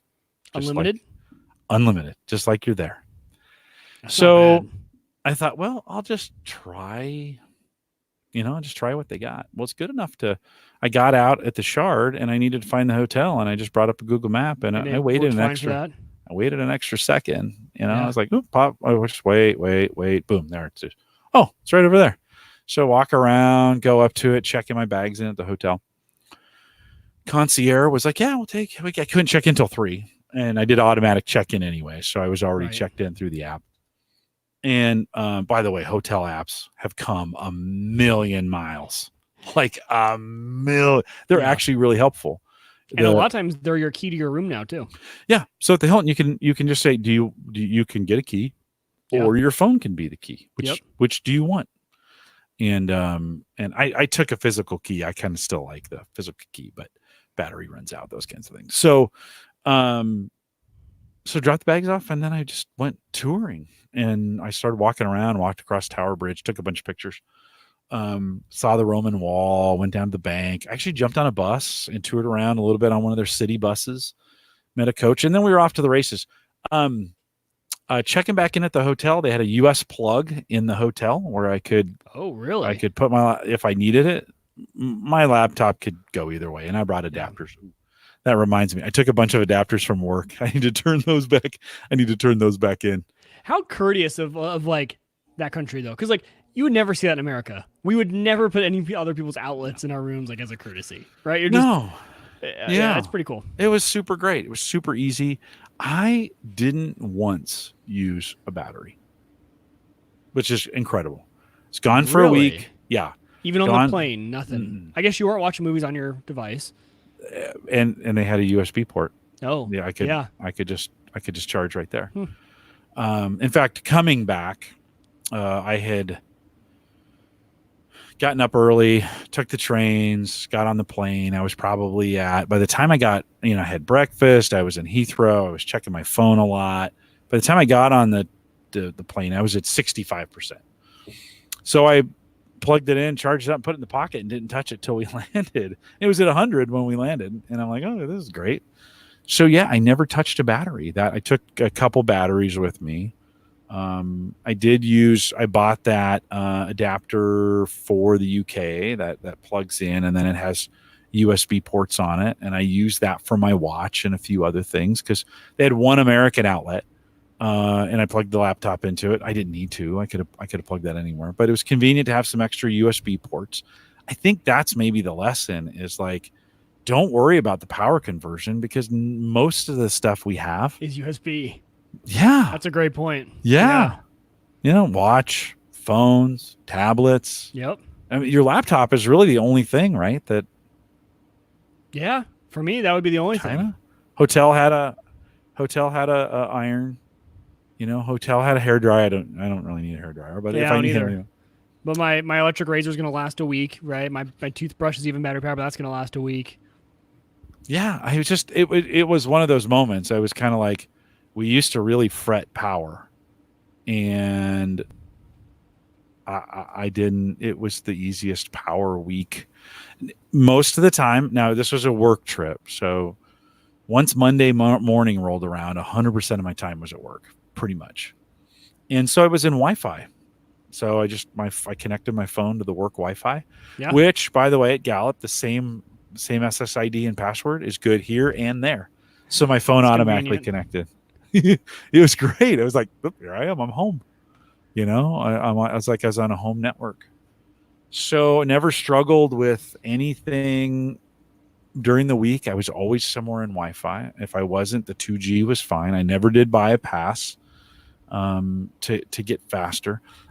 I exchanged money when I got to London. I didn't know if I was going to need cash, so I took $80 and I exchanged it. I needed cash 0 times. Now Germany's a little bit different because if you're traveling, you have to use to get into the bathrooms. You need euros in a lot of cases. Yeah. Yeah, their bathrooms are paid, but they are beautiful. Okay. Paid for a good reason, right? Yes. You're going to enjoy that bathroom experience. A German bathroom is luxury. Like, it is sweet. Wiping services and everything. Kind of, yeah. Value papers. So, so now again, I went to England, so it's about as close to the United States as you get. If you're going to other foreign countries, if you went to Africa, if you're going to the Middle East, maybe a little bit different. So I used very little cash. In fact, I got some cash back on my Oyster card. When I got to London, I went up to a machine for the Oyster is the brand of card you get to kind of travel on all their public transportation. Gotcha. Okay. I put 15 pounds of credit on there. It was, it's $20, $5 deposit, £5 deposit. And I was in and out. I watched one YouTube video on how to do it. And like, you just go up and, you put your credit card in and say 15 pounds and I want a card, and it spits it out. I mean, it's super easy. And then you use that just everywhere you go. On the buses in London, it's one price for the first 90 minutes.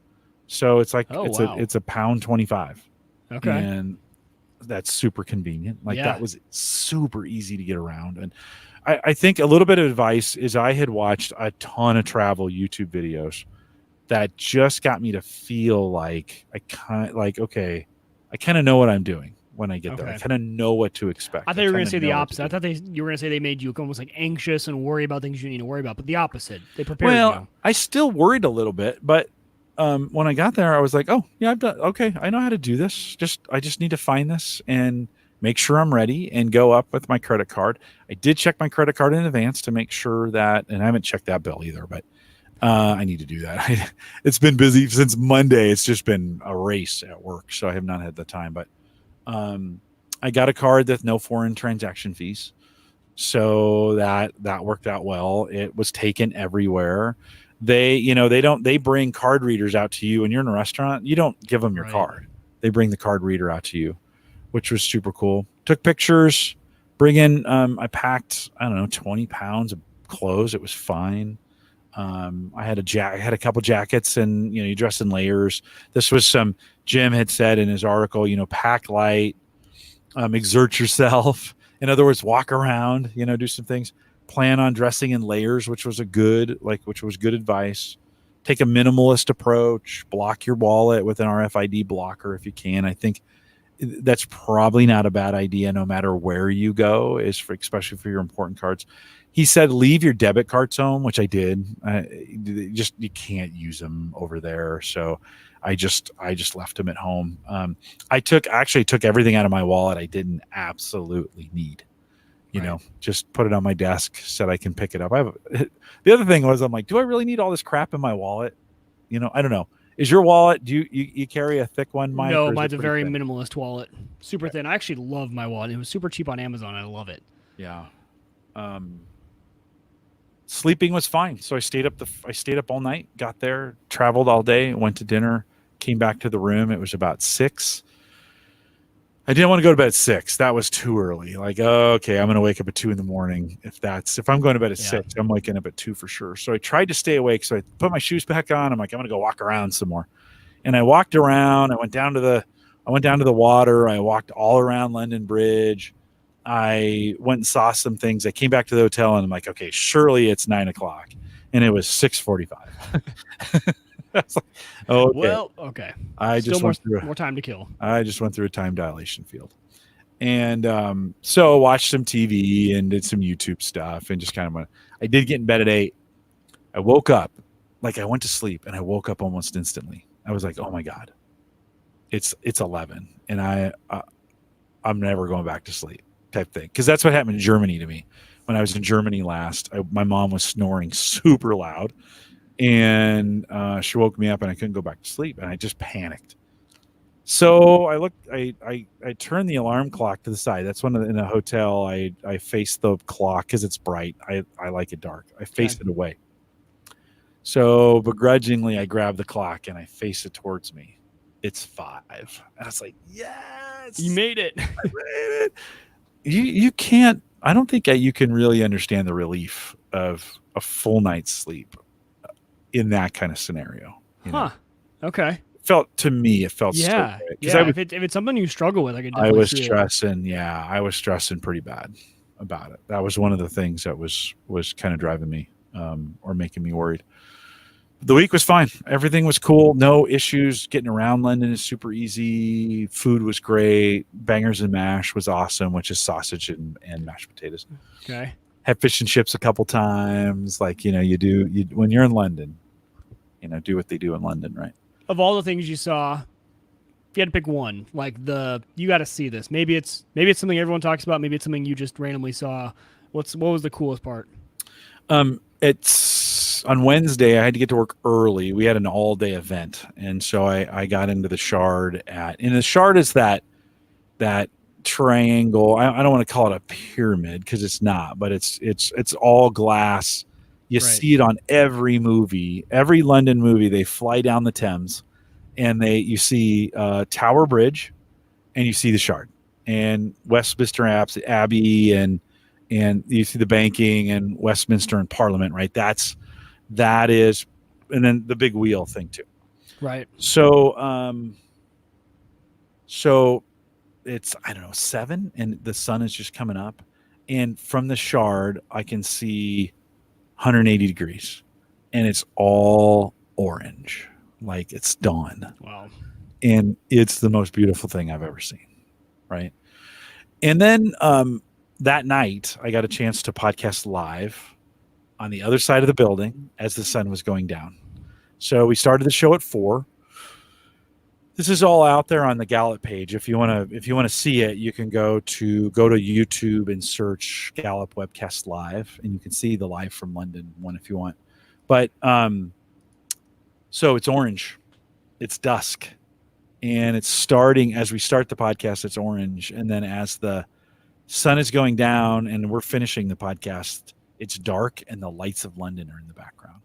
Mike, I mean, nothing wrong with my books and computer boxes and, AverageGuy.tv buttons that are badges that Ron made. Thank you, Ron, for doing that. But I don't know if you can ever like that. You're not going to beat that. That's another career moment. If I were to say what are the 3 key moments in my career at Gallup, podcasting live in the center of 1,000 people, that was pretty great. Podcasting live this last year in front of 350 people, it was like a freaking rock concert. That was pretty great. And then podcasting from the Shard. And I just pulled it up. I'm looking at it right now. Yeah, go down to, you can see in the beginning it's kind of orange in the background, and yeah, you can kind of see the reflection of the people too that are in the audience, which is kind of cool. And then towards the end, as we wrap up, it's dark, and you can kind of just make out the lights of London behind us. That's amazing. Yeah, I love how if you scrub through the timeline and watch the thumbnail, you can watch the sunset. So as you scrub along the timeline, that's you can cool. literally see it get dark and the lights come on. Yeah, I couldn't have planned that, and I didn't. You couldn't plan it any better. Like, it was magical. That was just one of those moments. You're like, yeah, I just was lucky enough to be in the universe at this point in time, doing something I love. The guests were great. The podcast went perfect. Had a great guest host with me. Yeah, is this your normal host? No, Anna lives there. That's her. The one in the middle? No, those were our guests. Gotcha. So okay. Anna's to the left. Okay, the blonde on the left. Yeah. Okay. So she was host. So it's always me and another Gallup host. Okay. And in the early days, I was just there for the technology. I wasn't supposed to speak. I was just there to help with the technology. But then I was like, hey, I could say a few things. Like, I could open the show here if you want to do that. And they're like, yeah, why don't you go ahead? And so, you hang out long enough and you get to run these things. Yeah. So, So if you're going to ask me the highlight, that's probably, it's not, there's tons of great things to see in London, but that work experience was I'd say it's a pretty good highlight. Pretty great. So came back Saturday. It was perfect flight, had breakfast, and a bunch of lattes before I came back, which was super great. And then just, it's a long day, right? You're just on the plane a long time. They feed you dinner, a couple Heinekens, couple Heinekens, which was great. Started drinking early, which was good. And customs through Minneapolis was great. And the trip back to Omaha is 45 minutes, and it couldn't have been any easier. I mean, it was a great trip. So, Jim, thanks for your tips. Those were super helpful. On there, if you go to the averageguy.tv and look for 7 tips for easy international travel, I'll be posting a longer version of that later. I probably won't do a post on London, but I've got some pictures if you're interested in whatever. But they're pretty traditional London stuff. And I'm kind of hoping in the fall maybe I'll get a chance to go to Sydney. And we'll do something very similar. Our office in Sydney is pretty great too. So it'll be there spring. It won't be quite the view that we had there, but it'll be super cool. Well, very cool. Yeah. So it's a fun trip to London. Thanks for everybody listening who let me take a week off to kind of be there. I was going to try and podcast. I'm glad I didn't. It wouldn't have worked. I could have. I made a couple conference calls from the hotel room and they were flawless. Wi-Fi, just flawless. Like it was pretty easy, but it's good to go. And That's one of those times you just need to enjoy it, right? Like really just kind of, yeah. And I'm glad you did. I'm glad we did a podcast too. Yeah, no, it was super good.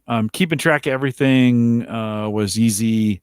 Email was easy. Communications, if I ever needed to talk to anybody, that was easy. Ron said, sounds like it was a blast. And it was. It's, it's probably one of the most fun things I've done travel-wise in a long, long time. Cool. And it just worked out really well. I had some cigars waiting for me when I got back, which was super cool. Tried some, I've been buying Thompson's. Yeah. Tried some Thompson's brand. Not very good. So they were okay. They're flavored. The kids were gonna smoke them for poker night. So if you get a chance next poker night, maybe you'll get a chance to enjoy those. And like I said, I picked up a Herfador, which basically is a plastic, think of a Pelican case for cigars, basically. That's exactly what it looks like, actually. Yeah. Yeah. Perfect way to describe it. Yeah. No, some padding on the inside. It'll fit 10 cigars.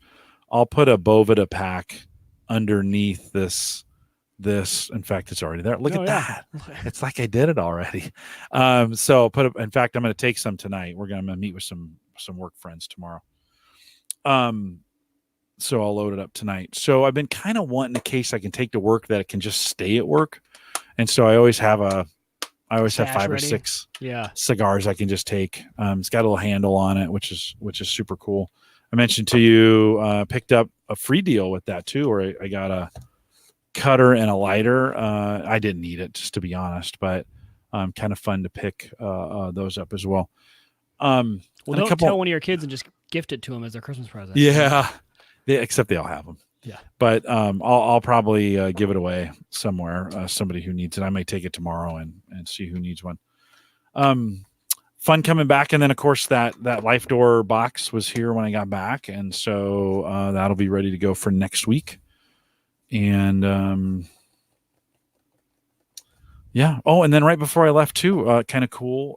We did a computer replacement at Gallup. So I got new equipment. Oh, nice. Got a new laptop, which is cool. A new Lenovo 495. You're liking it so far? ThinkPad. Yeah. Oh yeah. No, it's great. ThinkPads are awesome. Yeah. I love that line. Rock solid. The cool part about it is they sold me the one that I'd had 3 years. It was coming off lease for $50. So I was heck yeah, I'll take that. Core i5, 8 gig of RAM. Yeah. It's just a good computer. It'll just do its thing. So that was right before I left. So it's kind of been a busy couple weeks of doing that. In the meantime, man, crypto took a little haircut over the last couple weeks. It's been hovering in the low 7s, 72, 75. So that's been kind of okay. This morning though, I was recording a podcast for it's a little consulting work that I'm doing for this higher education group called Chia, and they were talking about education, what they do, and what the state of higher ed here in the United States. And the guest was from South Africa, and he mentioned keeping track of learning outcomes and quality assurance in education on the blockchain. It's like, what? Because usually when I'm recording these things, I'm just kind of sitting here goofing around. Yeah. All of a sudden it's like, wait. What'd you say? What? Huh? Ears perk up. What? Like a dog hearing treat, Another great example. Now, again, this doesn't bode well for cryptocurrency, right? Because this isn't right. But another great when you're thinking of keeping track of outcomes, another great way the blockchain could have some really interesting, could play an interesting part in that for them. Yeah. So I was just like, I'd never in a million years expected to hear blockchain in that. No, in that space. At least not now, not yet. So that's cool. Right. Yeah. So it's pretty, huh? Yeah. What? It was super funny. I was like, well, this is weird. Really? So besides that, I haven't had time to do much. So it's been kind of quiet. So on the hunting side, you went out, set up a blind, the wind came through, it was freakishly cold, right? Well, we got out there for rifle season, and I think we talked about that, right? Saw some doe, didn't see our buck, so now we're into black powder, and so yeah, there was the first day of black powder, I was gonna go up there, but that was the day we had the wind advisor. I'm like, no, way too cold. So we'll get down there again. We're actually at the farm a few of these weekends now for the next few weekends. So we'll see what we get and kind of go from there. We'll see if we do anything. We just got word though that our big boy, we call him Big Boy, we've been seeing him on the trail cams. He actually got taken on the land adjacent to us. Someone from Oklahoma who was on their land got him. So sad that Big Boy's gone, but we have a lot of good bucks on the land, so we'll see. Big Boy. Yeah. I like it. Well, if you stayed around, if you're on Patreon and you're listening to us, thanks for doing that. I know it's been a while since we've done a Patreon one, but we'll advertise this. This was a nice long one for you.